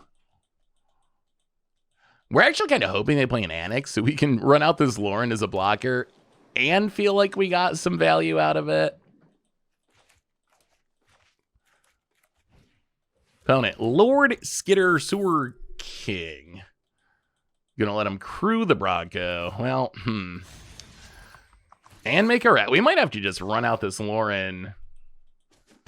We might have to just run out this Lauren anyway as a blocker. Oh, yeah, I mean, it feels bad, but run out the Lauren as a way to block the Bronco. We'd really love to just deal with all this with a deadly cover-up. We'll see. Little awkward that we have this tap land, because we have to play an untap land next turn if we want to end or inevitable defeat. But then that means we don't have the land on 5 for the cover-up. We'll see what we draw. Opponent. All right. Well, if they're going to spend a go for the throne on the Lauren, that's fine. Saddle up the Bronco with the rat. Make another rat. Get in. Opponent. All right. Finds another land. Hits us down to 15. All right. We find an untapped land. That makes things much easier. So now we just play the land and pass. Opponent. Survey a land. Gonna mill a land. Anointed Peacekeeper. Well, thankfully, we have 2 ways of getting rid of it. We'll see what they name. As long as they don't have a duress. All right, they're gonna name Deadly Cover-Up, sure. They're gonna crew the... just don't hit a duress. Just don't hit a duress. Just don't hit a duress. Found it. Gonna make a rat. Exile the Lauren. Yeah, found it. Getting in. It is a Destroy Evil. Okay. Well, we will take our beats. Down to 6 for now. We will defeat the Peacekeeper. Play the land. Sadly, cannot collect evidence, but blow up the board. All right, let's see if we stabilize in time. Our opponent got to draw, what, 3 cards off of that Bronco? That's pretty bad. Archfiend of the draws. Well, let's play the Surveil land. Definitely surveilling away a Verge. We need more action, and do we just do this now? Yeah, we got to do it. Yeah, let's get rid of the Archfiend. Ooh, that is a hand that is bad for us. Okay, that's an issue. That is an issue. Sheoldred and Unholy Annex is not what we were hoping to see. Yeah, we might have just fallen too far behind in this one. Pound it. Ritual Chamber makes a 6/6. All right, deck. Lightning Helix. Not good enough. I'll play the Monastery. I think we're dead. Pass the turn. Yeah, between the Sheoldred and the Annex, I think our opponent, those extra cards. Yeah. The extra cards from not being able to kill that Bronco. So maybe we do want Cut Down. That game, it made it look like Cut Down would actually be good. Yeah, let's keep the Cut Down in. I mean, we're also going to be on the play. I guess Anoint with Affliction's also pretty good. We're also going to be on the play, which should help with the speed of things. That game, I think we just had a slow draw, while our opponent had an oddly fast draw compared to what I was expecting out of their deck. And we were on the... Oh, man, so many mulligans. And we were on the mulligan. Well, I mean, we're going to keep this, although it's more okay than great. If we hit our lands on Holy Annex, could be helpful. We can turn 1 Duress. Yeah, we got to put Deadly Cover-Up to the bottom. All right, we will see. Bleachbone Verge and Duress you. Opponent. Duress, 2 Cruel Claw Heist, and a Liliana. Duress. Those Cruel Claw Heists are kind of an issue. Opponent. Surveil land. Mills a go for the throw. We draw Lightning Helix we can't cast. We'll play the land past the turn. Well, here comes a Cruel Claw heist. At least maybe they'll draw us into a land. The problem is they can steal our Unholy Annex. Opponent, swamp. Alright, gonna gift a card. Cruel Claw heist. We draw another Sheoldred's Edict.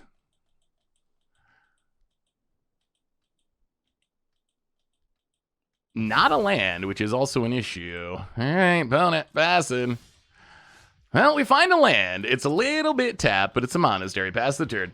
The problem is they know they can get down our Unholy Annex and start drawing cards off of it. That is actually an incredibly huge swing here.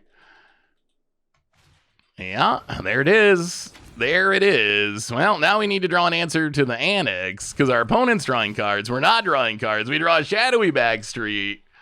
Yeah, I mean, we gotta mill the land. We need to find an answer. Oh, man. Cruel Claw Heist is so insanely good. I feel like we should be playing Cruel Claw Heist. It seems insanely good. Opponent, Anointed Peacekeeper. I mean, sure. Doesn't do a ton here, but yes. Gonna name Sheoldred's Edict. Well, we will kill it. The problem we have is just our opponent drawing all these extra cards. Like, that is what's costing us the game here, is our opponent is drawing 2 cards a turn, we're drawing 1 card a turn, and that is how you lose a game. Opponent, another Anointed Peacekeeper. I don't think Anointed Peacekeeper is all that good. People love playing that card, but I don't think it's all that good. Opponent, named Sheoldred's Edict. Well, we will Lightning Helix the Peacekeeper. Opponent gets to draw a card. We find a Cutsel's Flanker, pass the turn. Opponent, Soulstone Sanctuary.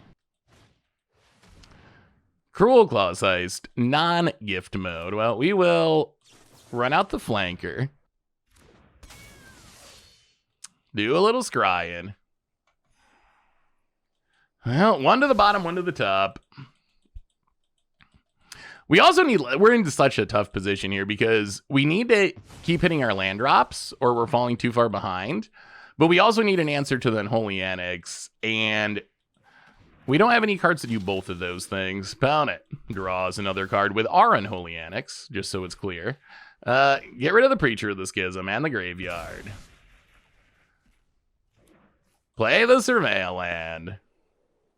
All right, there's a Lauren. It can finally get rid of the Unholy Annex. Man, I wonder if there's a world where we should have been throwing helixes at our opponent's face instead of dealing with the Peacekeepers. Well, there's the Liliana. I imagine our opponent's got to tick it down because they know we have Sheoldred's Edict. I've come for answers. Wow. Wow. All right. Well, we will make you sack a Planeswalker. Of your choice, opponent, you get to choose. And now our opponent has to discard. Although they drew so many extra cards, it doesn't hurt them that much. And then they can turn on their Sanctuary to gain life, I guess?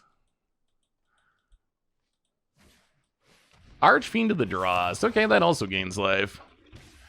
Well, okay. Lorna of the Third Path. Blow up our Unholy Annex. Thank you, Cruel Claw Heist. Pass the turn. Pound it. Be funny if they lost to their Archfiend. I don't think I've ever seen. Pound it finds another Unholy Annex. Well, we're going to need to draw a Wrath, like, now. Pound it. Hits us down to 20. Sheoldred. Life's getting worse. All right, Pound it. Gains some life. Draws a card. Gains some more life. We draw Inevitable Defeat.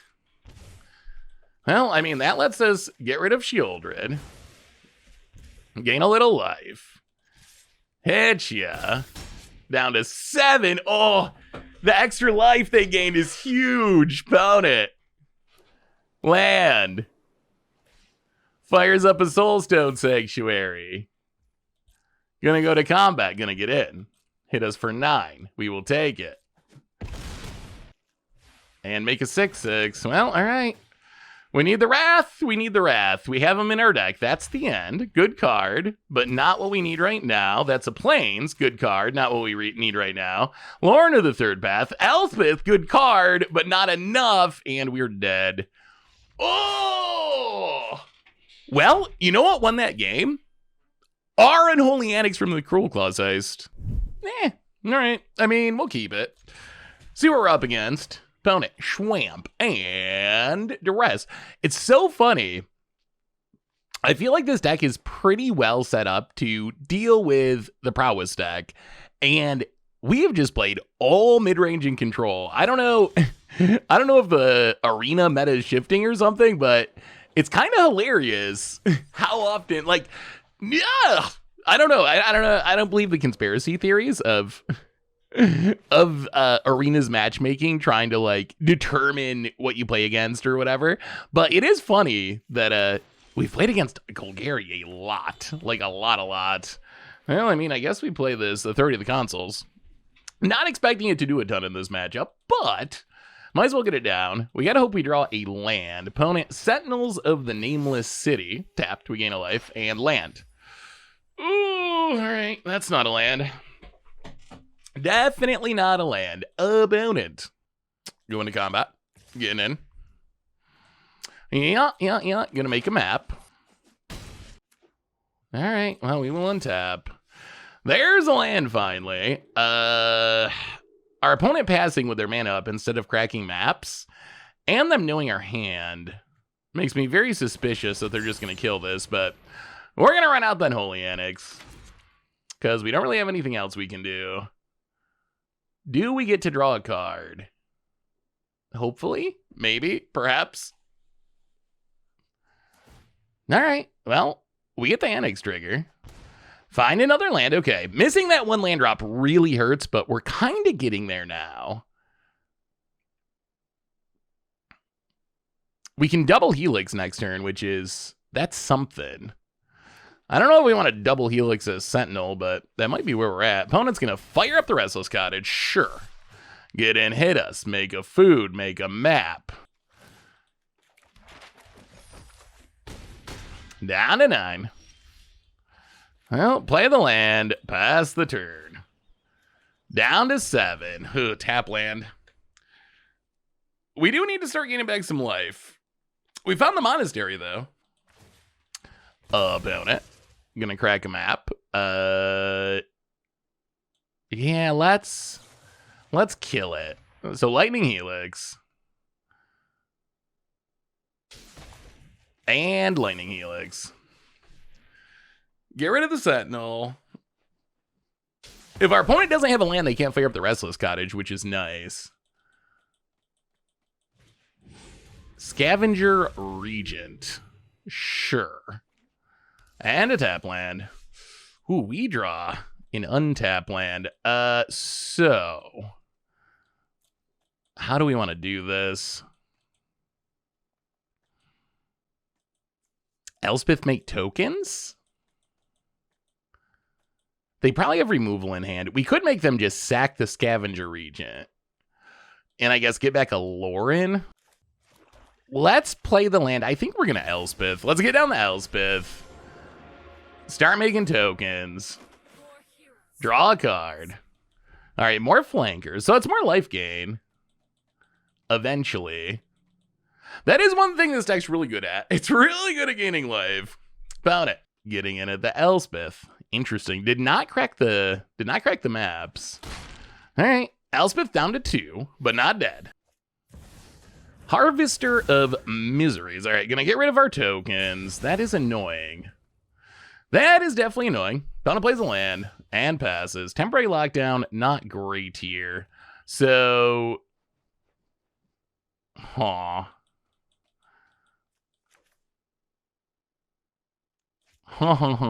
play the Surveil land. Definitely keeping inevitable defeat.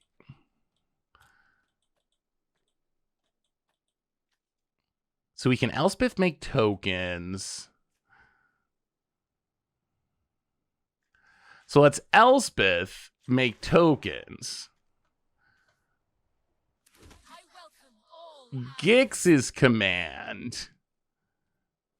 Make you sack and pump a token.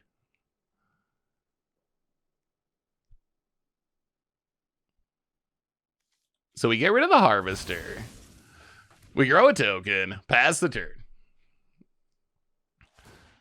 So it's going to be close. I feel like we've been on the... It's so funny. Magic's so powerful now and so fast. Missing that one land drop on what? It was turn 3. I feel like we've been on the back foot ever since we missed that land drop. And we're like fighting and clawing to stay in it. Opponent gonna cut down the 1/1. Fighting and clawing to stay in it, but it's definitely made things challenging. Opponent gonna fire up that Restless Cottage. Get in there with that Restless Cottage. We might be stabilizing though. Like, we can deal with the Scavenger Regent. I assume they're gonna kill the Elspeth, but we'll see. Yeah, opponent gets in at the Elspeth, gets in at us. So Elspeth down for now. We will block the cottage. Lose our Elspeth. Drawing a land here would be good. Nowhere to run. Nowhere to run A. Well, I think we just pass.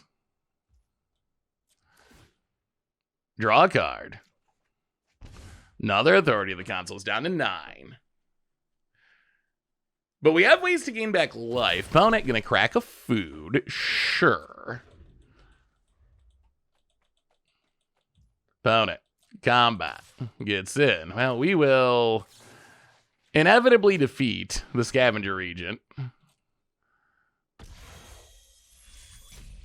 Gain back a bit of life. Go back up to 12. Opponent. Tranquil Frillback. Well, let's see. Let's see how much they pay. Losing the Unholy Annex does hurt. I imagine that's got to be the plan. Yeah, opponent's going after Unholy Annex. Let's Lightning Helix the Frillback. I mean, we're back up to 16. So I feel like maybe we're actually going to be able to stabilize. Opponent has a Preacher of the Schism. That is annoying. Well, play the Verge. Play Authority of the Consoles. Pass the turn. Opponent gonna fire up the Cottage. So I think we let our opponent attack and then double Cutzel's Flanker to gain enough life that they don't get to draw off the Preacher. I think that's the idea. Opponent, combat. Attack. So we will...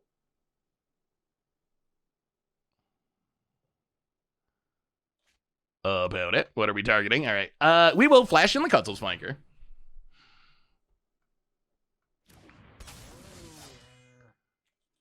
Scry, gain 2.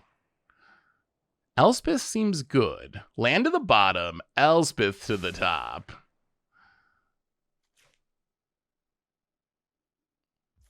Cutzel's Flanker.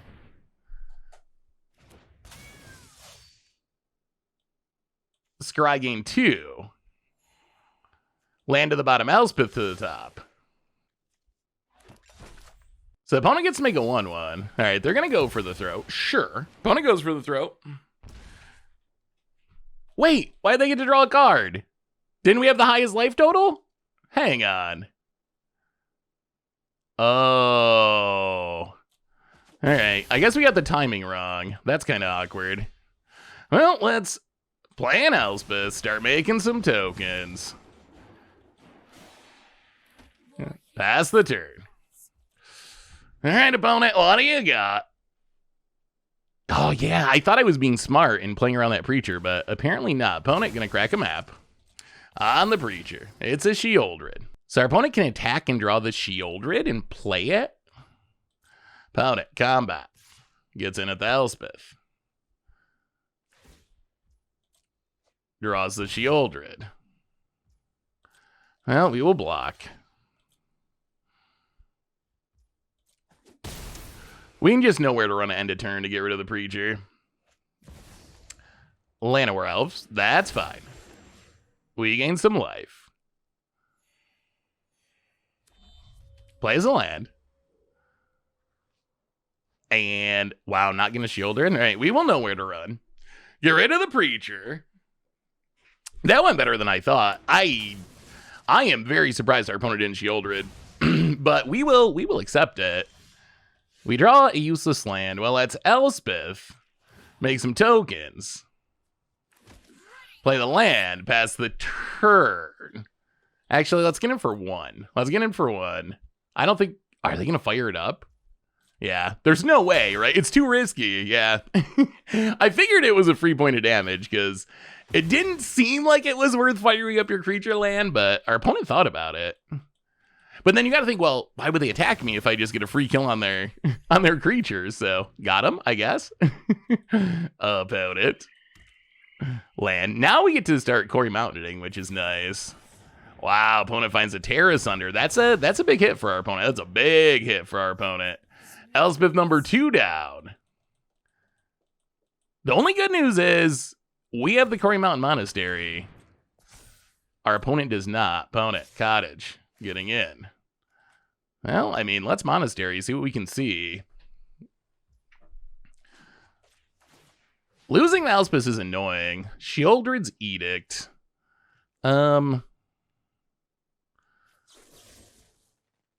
Well, I guess we get rid of the Llanowar Elves. Alright, we will chump. Stay at 17. Draw a Split Up. I feel like that Split Up's going to be helpful eventually. That's probably going to be our Sheoldred answer. Get in, hit you, down to 21. Pass the turn. Well, let's see if Quarry Mountain Monastery can win us this game. About it. Gonna fire up the Cottage. Sure. Ooh, so they're just gonna try to not... They're just gonna try to not play the Sheoldred and just win with the creature lands, I guess. Bounty gets in. Gonna make some foods. I mean, it does play around the Split Up. Well, block you. Drop to 13. All right, Cutsel's Flanker's good. Let's play the Backstreet. Definitely milling Temporary Lockdown. That is probably the last card we want to draw. Pass the turn. I mean, if they double activate again, we get to kill one of the cottages, which is nice. Opponent. Getting in. Well, we're still going to try to kill one of them. Cutsel's Flanker. Gain a little life, do a little scrying. Do we want a Monastery? Probably. Yeah, we'll keep the Monastery. That'll give us a land next turn, and then we'll draw the Sheoldred's Edict. Well, I mean, we are going to attempt to kill this. We'll see if it works. Block and block. Do we kill a Cottage? All right, Cottage down, thankfully. Found it. There's the Sheoldred. That's fine. I mean, I guess we have a combo with our Split Up. Tap them down, blow them up. They already have the console Split Up. Wombo combo. We get to keep our token. I feel like we're probably favored to win this game. The question is going to be, how do we get our opponent's life total to 0? That is the question. So we draw the Monastery. We get drained by Sheoldred.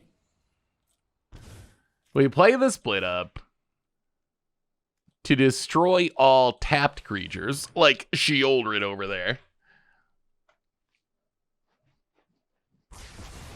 And play the Monastery. And pass the turn. Losing both Elspeths is annoying. Elspeth's our easiest way to just win the game. If we do actually have to kill our opponent eventually. Opponent. Restless Cottage. No. Alright, let's get rid of that. Well, we slogged through both creature lands, which is actually pretty impactful here. Sure, opponent's going to cut down our 1/1. That's fine. Because now, hopefully, we can just ride our Quarry Mountain Monasteries to victory. The problem is our opponent's got a lot of life and a lot of Shieldreds, apparently. Well, Quarry Mountain Monastery. There's a Biza. Biza's a good card. Well, we will draw. Inevitable Defeat is also a very good card. So let's defeat the Shieldred. Hit you down to 21. Play the Biza. I mean, we're back up to 20. What a wild game of life. I mean, we were like so close to being dead. Now we're back up to 22. Our opponent's at 21. We're halfway through our decks. Another defeat is good.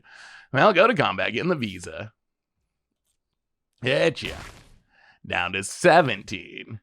Pass the turn. So how many? Oh, we've used 3 helixes and 1 defeat. Yeah, that means we do need to get in some amount of damage with creatures. Opponent gonna cash in the foods. Gain a bunch of life. Yup. But we got the monasteries going, which is the most important thing. Opponent, Preacher of the Schism. Sure. We will gain some life. Opponent. Passing. Well, let's Monastery. Lauren. Monastery. All right, land. Well, play the land. Get in with the Biza. Hit ya. Back down to 22. Play the Lauren before we lose it. No, nothing to blow up. 1, 2, 3, 4. 1, 2, 3. Wow, we might as well play the third authority of the consoles, because we're just going to... Well, are we going to kill the Preacher? We might kill the Preacher. It might be worth it. Found it. Soulstone Sanctuary. Yeah, let's do it. Get rid of the Preacher. Back down to 19. Can we get our opponent down to 0? Do we have enough damage in this deck? I'll play the land. Go to combat. Get in with the Biza. Found it. Takes the beats. Down to 15. Well, let's just pass the turn. Opponent. We do have a bunch of Unholy Annexes left. We have not drawn many Unholy Annexes. So maybe the 6/6 demons. That might be, with no Elspeth left, that might be our best finisher here. We only have 22 cards in our deck. We have almost played through our, I swear this plays the grindiest matches. Found it. Soulstone gets in, sure. We will drop all the way to 24. I mean, we'll just keep monasterying. Sure. Draw a card with the monastery. It's a land. Well, draw a card with a monastery. How about a non-land? All right, it's another land. Well, untap. Another Biza. Well, get in with the Biza. Hit ya. Oh, all right. Opponent's just going to block. Well, let's play the theater. All right. Harvester of Misery. Sure. So they found a way to kill the Biza. We'll do a little surveilling. Another... I don't think we need another monastery. That's a little bit excessive. Do we play the Biza? Just to have a beater? Yeah, I guess. Let's run it out. Just as a 4/5. And pass the turn. It's going to end up being like a 3-hour video. Every one of her matches is just such a... I mean, the deck plays really well. It's just such a slog. It's a fun slog, but it is definitely a slog, don't it? Another Llanowar Elves. Gains us... I don't even know if it's worth playing a Llanowar Elves. They gain us so much life. Found it passing. Well, we will keep going to the monastery. Monkeying our way towards victory very slowly. All right, Surveil Land, sure. Inevitable Defeat, that is good. That is damage. Now play the Surveil Land. How about a Unholy Annex? We would not mind finding an Unholy Annex. Elegant Pollard, that's going to go graveyard. Well, go to combat. Get in, hit. I think we're going to just make it. Normally with this deck, so normally the Elspeths are kind of our, like, come down to finish the game card. This game, we had to spend them early to stabilize. Anoint with Affliction. Yeah, we're not gonna give our opponent a card here. We get to draw 2 extra cards every turn from the monastery, so no reason to help our opponent in their VV sleeves. How good do you think VV is going to be? Is VV good? Opponent. Are we getting in with the... Wow. All right, getting frisky with the Llanowar. Down to 26. And what do we got, Wolfie? Scavenger Regent X5. Sure. Well, let's... Quarry Mountain Monastery. God dang it. Where in the world are all these unholy annexes? The end. Another. Well, let's play the Surveil Land. Cut down to the graveyard. I mean, I think we're going to activate one of these now. Well, all right. We'll make you exile your graveyard, I guess. Jeez. Apparently all the unholy annexes are at the very bottom. That is a little frightening, opponent. Creature land. That is also a little frightening. Come on, deck. Come on, deck. Where's that unholy annex? Quarry Mountain Monastery. Come on. We need something. Lightning Helix. Well, throw that at your face. Down to 8. There we go. All right. Ritual Chamber. Make a 6/6. This is what we were looking for. Finally, with 8 cards left in the deck. Oh, I think we got there. It was close. It was very close, but wow. We missed a turn 2 land drop and still managed to come back and win, which that is kind of impressive in 2025 Magic. A lot of times missing that turn 2 land or turn 3 land drop. Turn 3. We made our first 2 land drops and missed turn 3, but a lot of times missing that land drop early just dooms you. But we clawed back into it little by little. Our opponent's defeat was inevitable, you might say. Oh, God. Ignore that joke, opponent. Opponent's going to do some salty timing out. I'm telling you, Quarry Mountain Monastery, this card is the truth. That's if there's one takeaway from this deck, it's play more Quarry Mountain Monasteries. Seriously, the card is incredibly powerful. It is basically the Return of Castle Lockwood, except in some ways even better. Well, all right. If our opponent immediately draws an answer to our demon, that would be annoying. Ooh, all right. The end is a good draw. That means we can kill this Restless Cottage. All right. Well, maybe not. Opponent. Wow, takes the inevitable defeat. Sure. And GG's. Oh, it was a grind, but in the end, we ground our way to a victory. Now we get to go to sideboarding. So opponent's playing, I guess I would say Golgari Control. It feels pretty control-y. What did we see out of this deck? So I got Llanowars, Harvest. I mean, yeah, I guess it's pretty mid-range. It's Golgari mid-range with the Scavengers. So Authority of the Consuls are not actually good in this matchup. Temporary Lockdown, not actually good in this matchup. Sheoldred's Edict, good. Annoying with Affliction, good. I could see bringing in more Wraths, perhaps. We're so prepared for the Prowess deck, and we just never play the Prowess deck. Lauren, we didn't see any demon stuff, right? We saw a big chunk of our opponent's deck.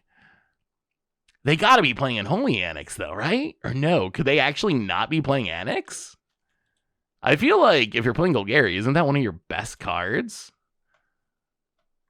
Maybe we just keep the Laurens we have, but don't add more.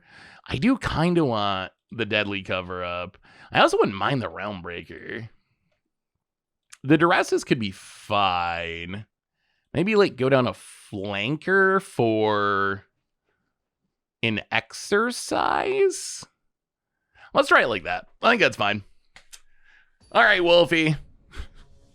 Let's grind it out. Let's grind it out, Wolfie. Let's see who can win. This hand... Oh, double friggin' Verge hand. We're going to keep it. Although I will say, sometimes we draw all of our Verges, and it's very bad for us. Opponent starts on the tab land. Well, Black Verge go. We need a Surveil land, please.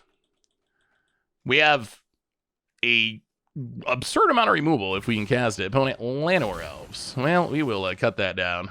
Ooh, and they're missing a land drop. Ooh, that's tough. Well, we might be missing a land drop too. Play a land, go. Who draws their lands? Opponent ain't. Ooh, they kept 2 Llanowars, but no lands. Well, there's Verge number 3. I guess we strategic betrayal just to keep you off your mana. Come on, surveil land, please. I guess, you know what? We might just upkeep a Cutzel's Flanker here. I think we upkeep it so we can try to scry for lands. We would just love to hit a surveil land, turn on all of our Verges, and hit our land drop. That would be the dream. All right, come on, Cutzel's Flanker. You can do it, buddy. Oh, okay, those are very good cards, but we got to put them to the bottom because they are not lands. Is that a land? Oh, all right. Cutzel's Flanker came through. Really, really, really came through. Verge is on. Land drop hit. Oh, yeah. Man, I hate milling that, but with our opponent missing land drops, I think we want to just get to this Elspeth and pressure. That's one thing about a control deck. We're not very good at punishing people for stumbling. That's something that, like, Prowess and Mono Red very good at. Our deck not quite as good at. Well, no land, but we do have a end to get rid of not just this Preacher, but all the Preachers. Opponent, all right, Terra Sunder, go for the throw. Archfiend. They do have Unholy Annexes. Ooh, Vivians. Those are worth knowing about. 1 Maelstrom Pulse. So they have 2 Terra Sunders, 1 Oh, Outrageous Robbery. Oh, Outrageous Robbery is a problem. That is a problem for us. Maybe not if our opponent keeps missing land drops, but in general, that is a problem for us. Getting rid of all the Preachers is good, though. Hit ya. Wait, how do they have a land in hand? That doesn't even make sense. Opponent, Archfiend of the Dross. Well, we find a Verge. I think we just attack with a Flanker. And if they block, we just Lightning Helix. All right, so opponent blocks. Sure. Ooh, they don't block. So opponent takes the damage. So if we play the Elspeth and kill the Archfiend, and they draw land, they go land, attack with the Restless Cottage, kill Elspeth. You know what? We're going to do it. We're going to play the Elspeth. Play the Elspeth. I mean, I guess worst case, absolute worst case, we traded a 5-mana Elspeth for a 4-mana Archfiend. Not horrible. Best case, they have to spend their Terra Sunder. All right, so opponent hits a land, so they can do it with the Restless Cottage, which that is the best possible outcome for our opponent, is killing the Elspeth without having to use the Terra Sunder. Opponent gets it. Kills the Elspeth. These foods are also kind of obnoxious, since we're somehow the aggro at the moment. Split up. Well, we'll play a Lauren. Blow up the food token. Get in with the Flanker. Hit you down to 11. Who finds a card draw? Who finds a card draw? About it. So we know they got removal, but they can't remove a land Restless Cottage. We're actually kind of rooting for them. Yeah, we're kind of rooting for this. Like, they get in with the Restless Cottage, we will just block and Lightning Helix it. And this puts our opponent down a land, and it stops the food production, which is huge. So get rid of the cottage. That is a pretty good draw. Well, let's get in with the Flanker. Hit ya down to 8. And I mean, I guess we just make it 6/6. Keep the pressure on. So our opponent can go for the throw plus Terra Sunder to deal with the demon, but then there's many 2 cards to deal with one of our cards. That is a huge part of the power of Unholy Annex. Is you got to spend 2 cards to deal with it. Kind of like Fable of the Mirror Breaker in that way. Even when things go well, you got to spend multiple cards. Anoint with Affliction on the demon, sure. And opponent passes. Well, we will go to combat. Get in with the Flanker. All right. Well, that means we do get to draw a card with our Unholy Annex. So turn on the Annex, draw a land. If we draw lands, we want them to be Corn Mountain Monasteries. Opponent, tap land. Passes. Well, Shadowy Backstreet. Do a little surveilling. I mean, we got to keep Inevitable Defeat. Pass the turn. They gotta kill. Wow, not gonna kill the Annex. Interesting. I mean, we'll accept a free card. We're kind of fine with that. Oh, I think our opponent intended to kill it and just didn't set a stop on our main phase. That also makes sense. What we would give to find a Quarry Mountain Monastery. That not only is it a card advantage, I know I'm gushing about this card. Not only is it a card advantage engine, but it's a card advantage engine that doesn't die to most removal, which is so good. Especially like in the late game. We saw last game that it was Quarry Mountain Monastery that won us that game. Like, we draw 3 cards, you draw 1 card. We are going to beat you 1 card. We are going to beat you eventually. Well, hopefully. Either that or we're going to run out of cards, which we almost did, but we got there. Ooh, another one. Well, let's play this Verge. Let's make a 6/6. Yeah, this might be tough for our opponent. Do you have 2 more removal spells? So 6/6 Demon. Open up the Annex. Pound it. Anoint with Affliction, sure. Well, we go back to drawing cards. I mean, even if they have 2 removal spells, we've kind of emptied our opponent's hand with these Unholy Annexes. We prefer to just be drawing cards, though. All right, another Terra Sunder. Sure. Sure. Opponent. Scavenger Regent. Yeah, I kind of like the idea of getting rid of those forever. Yeah, let's Deadly Cover Up. We're not doing anything else. Exile. Actually, exile. Oh, I guess we gotta exile Lauren. All right. It's worth keeping the creatures just because of Gix's command, but I think we go with Archfiend of the Dross. Opponent has a Gix's command in hand. Yeah, they only have 1 Scavenger Regent, although they can Gix's command back the Scavenger Regent. All right. Well, play the Surveil ad. Definitely keeping Realmbreaker.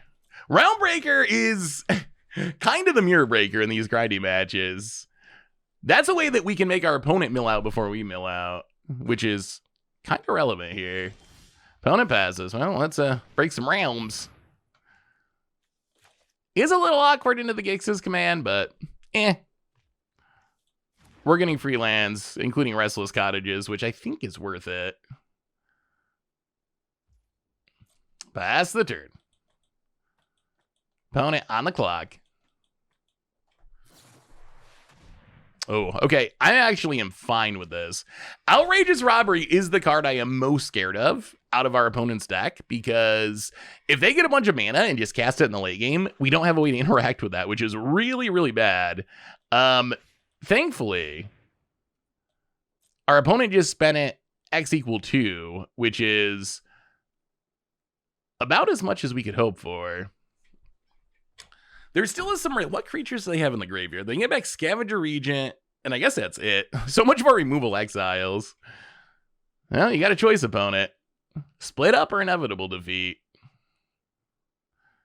Defeat deals damage. Split up means, okay, you can use the Soulstone Sanctuary if you get rid of the split up, because this has Vigilance, so it's just always going to die to the untap mode. Ooh, opponent finds a Ritual Chamber. Well, let's... 1, 2, 3, 4, 5, 6. Well, that's Milia. Get a land. Take a Restless Cottage. So opponent gets a Ritual Chamber. Makes a 6/6. I think we just wait and see what we draw. Okay, that's good. That's very good. So now we can Sheoldred's Edict. Sack a creature token. Get rid of the 6/6. Pass the turn. And now if our opponent does turn on the Unholy Annex, we can just exile it with inevitable defeat. Well, maybe we're Mardu Mill now. Thanks to our one round breaker. We went from Mardu Control to Mardu Burn to Mardu Mill. About it. What do we got about it? Oh, analyze the pollen. All right, opponent's going to get their best creature. actually, they probably get a Tranquil Throwback to blow up the Realm Breaker. That would be my guess. The good news is we're going to be able to get back a second Restless Cottage, which means we are actually... Oh, they're going to get a Scavenger Regent. Okay. Which means we are actually going to have the mana to start attacking with it. Bound it. Scavenger Regent. And Llanowar. Well, let's Realm Breaker you. Mill some cards. Getting rid of the Maelstrom Pulse is good. Get a Restless Cottage. And then, yeah, let's defeat this Regent.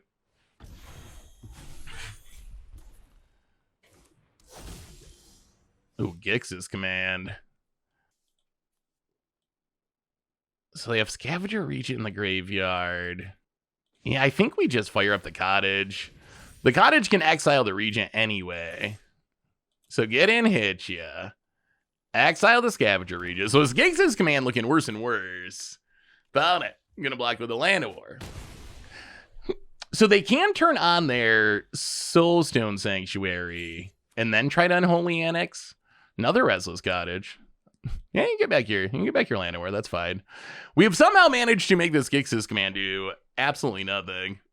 Although I guess our Gix's command is not doing a ton either, so I guess that's fair. Opponent. Soulstone Sanctuary. And wow, GG. All right, sure. Gets and hits us. Down to 21. Well, Realm Breaker, yeah. And opponent scoops it up, and apparently we're the mid-range assassins. I was thinking we were going to be beating up on prowess decks, but instead we're beating up on Golgari decks. But Mardu Control, Realm Breaker, the one of fun of in the sideboard, getting the job done. Sweet.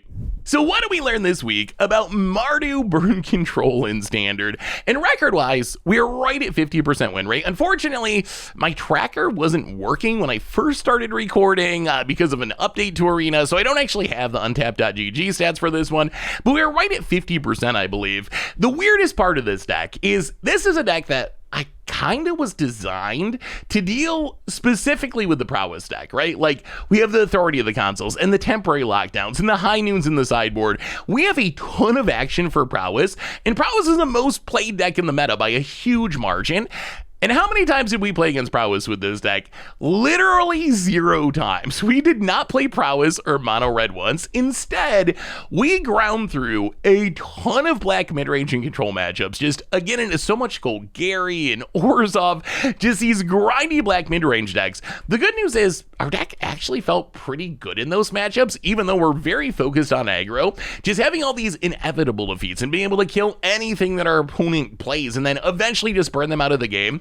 It actually works surprisingly well. So I gotta say, I really love this deck. I, for some reason, always have a blast when I play control decks, and this was a really fun control deck to play. There were so many games where we were down to like 3 life or 5 life, almost dead, and the next thing you know, we cast some inevitable defeats, we cast some lightning helixes, maybe a Biza, and we're back up to like 18 life, feeling pretty good, right back in the game. The only thing I will say about this deck is, at least in the matchups we played, you will play some very long games. I think all in all, this video is probably going to be over 2 hours, even after it's edited, because just like every one of our matches was like 40 minutes, 30 minutes, just super long and grindy. So if you're looking for quick wins while you're playing on the toilet, play some prowess, play some mono red. But if you like grinding out wins in the late game, gaining tons of life, killing tons of stuff, I would definitely recommend this deck. I really enjoyed it, and you probably will too. But anyway, that's Mardu Burn Control. That's been our deck for today. Thanks for watching, everyone. I hope you all enjoyed it, and I will talk to you soon.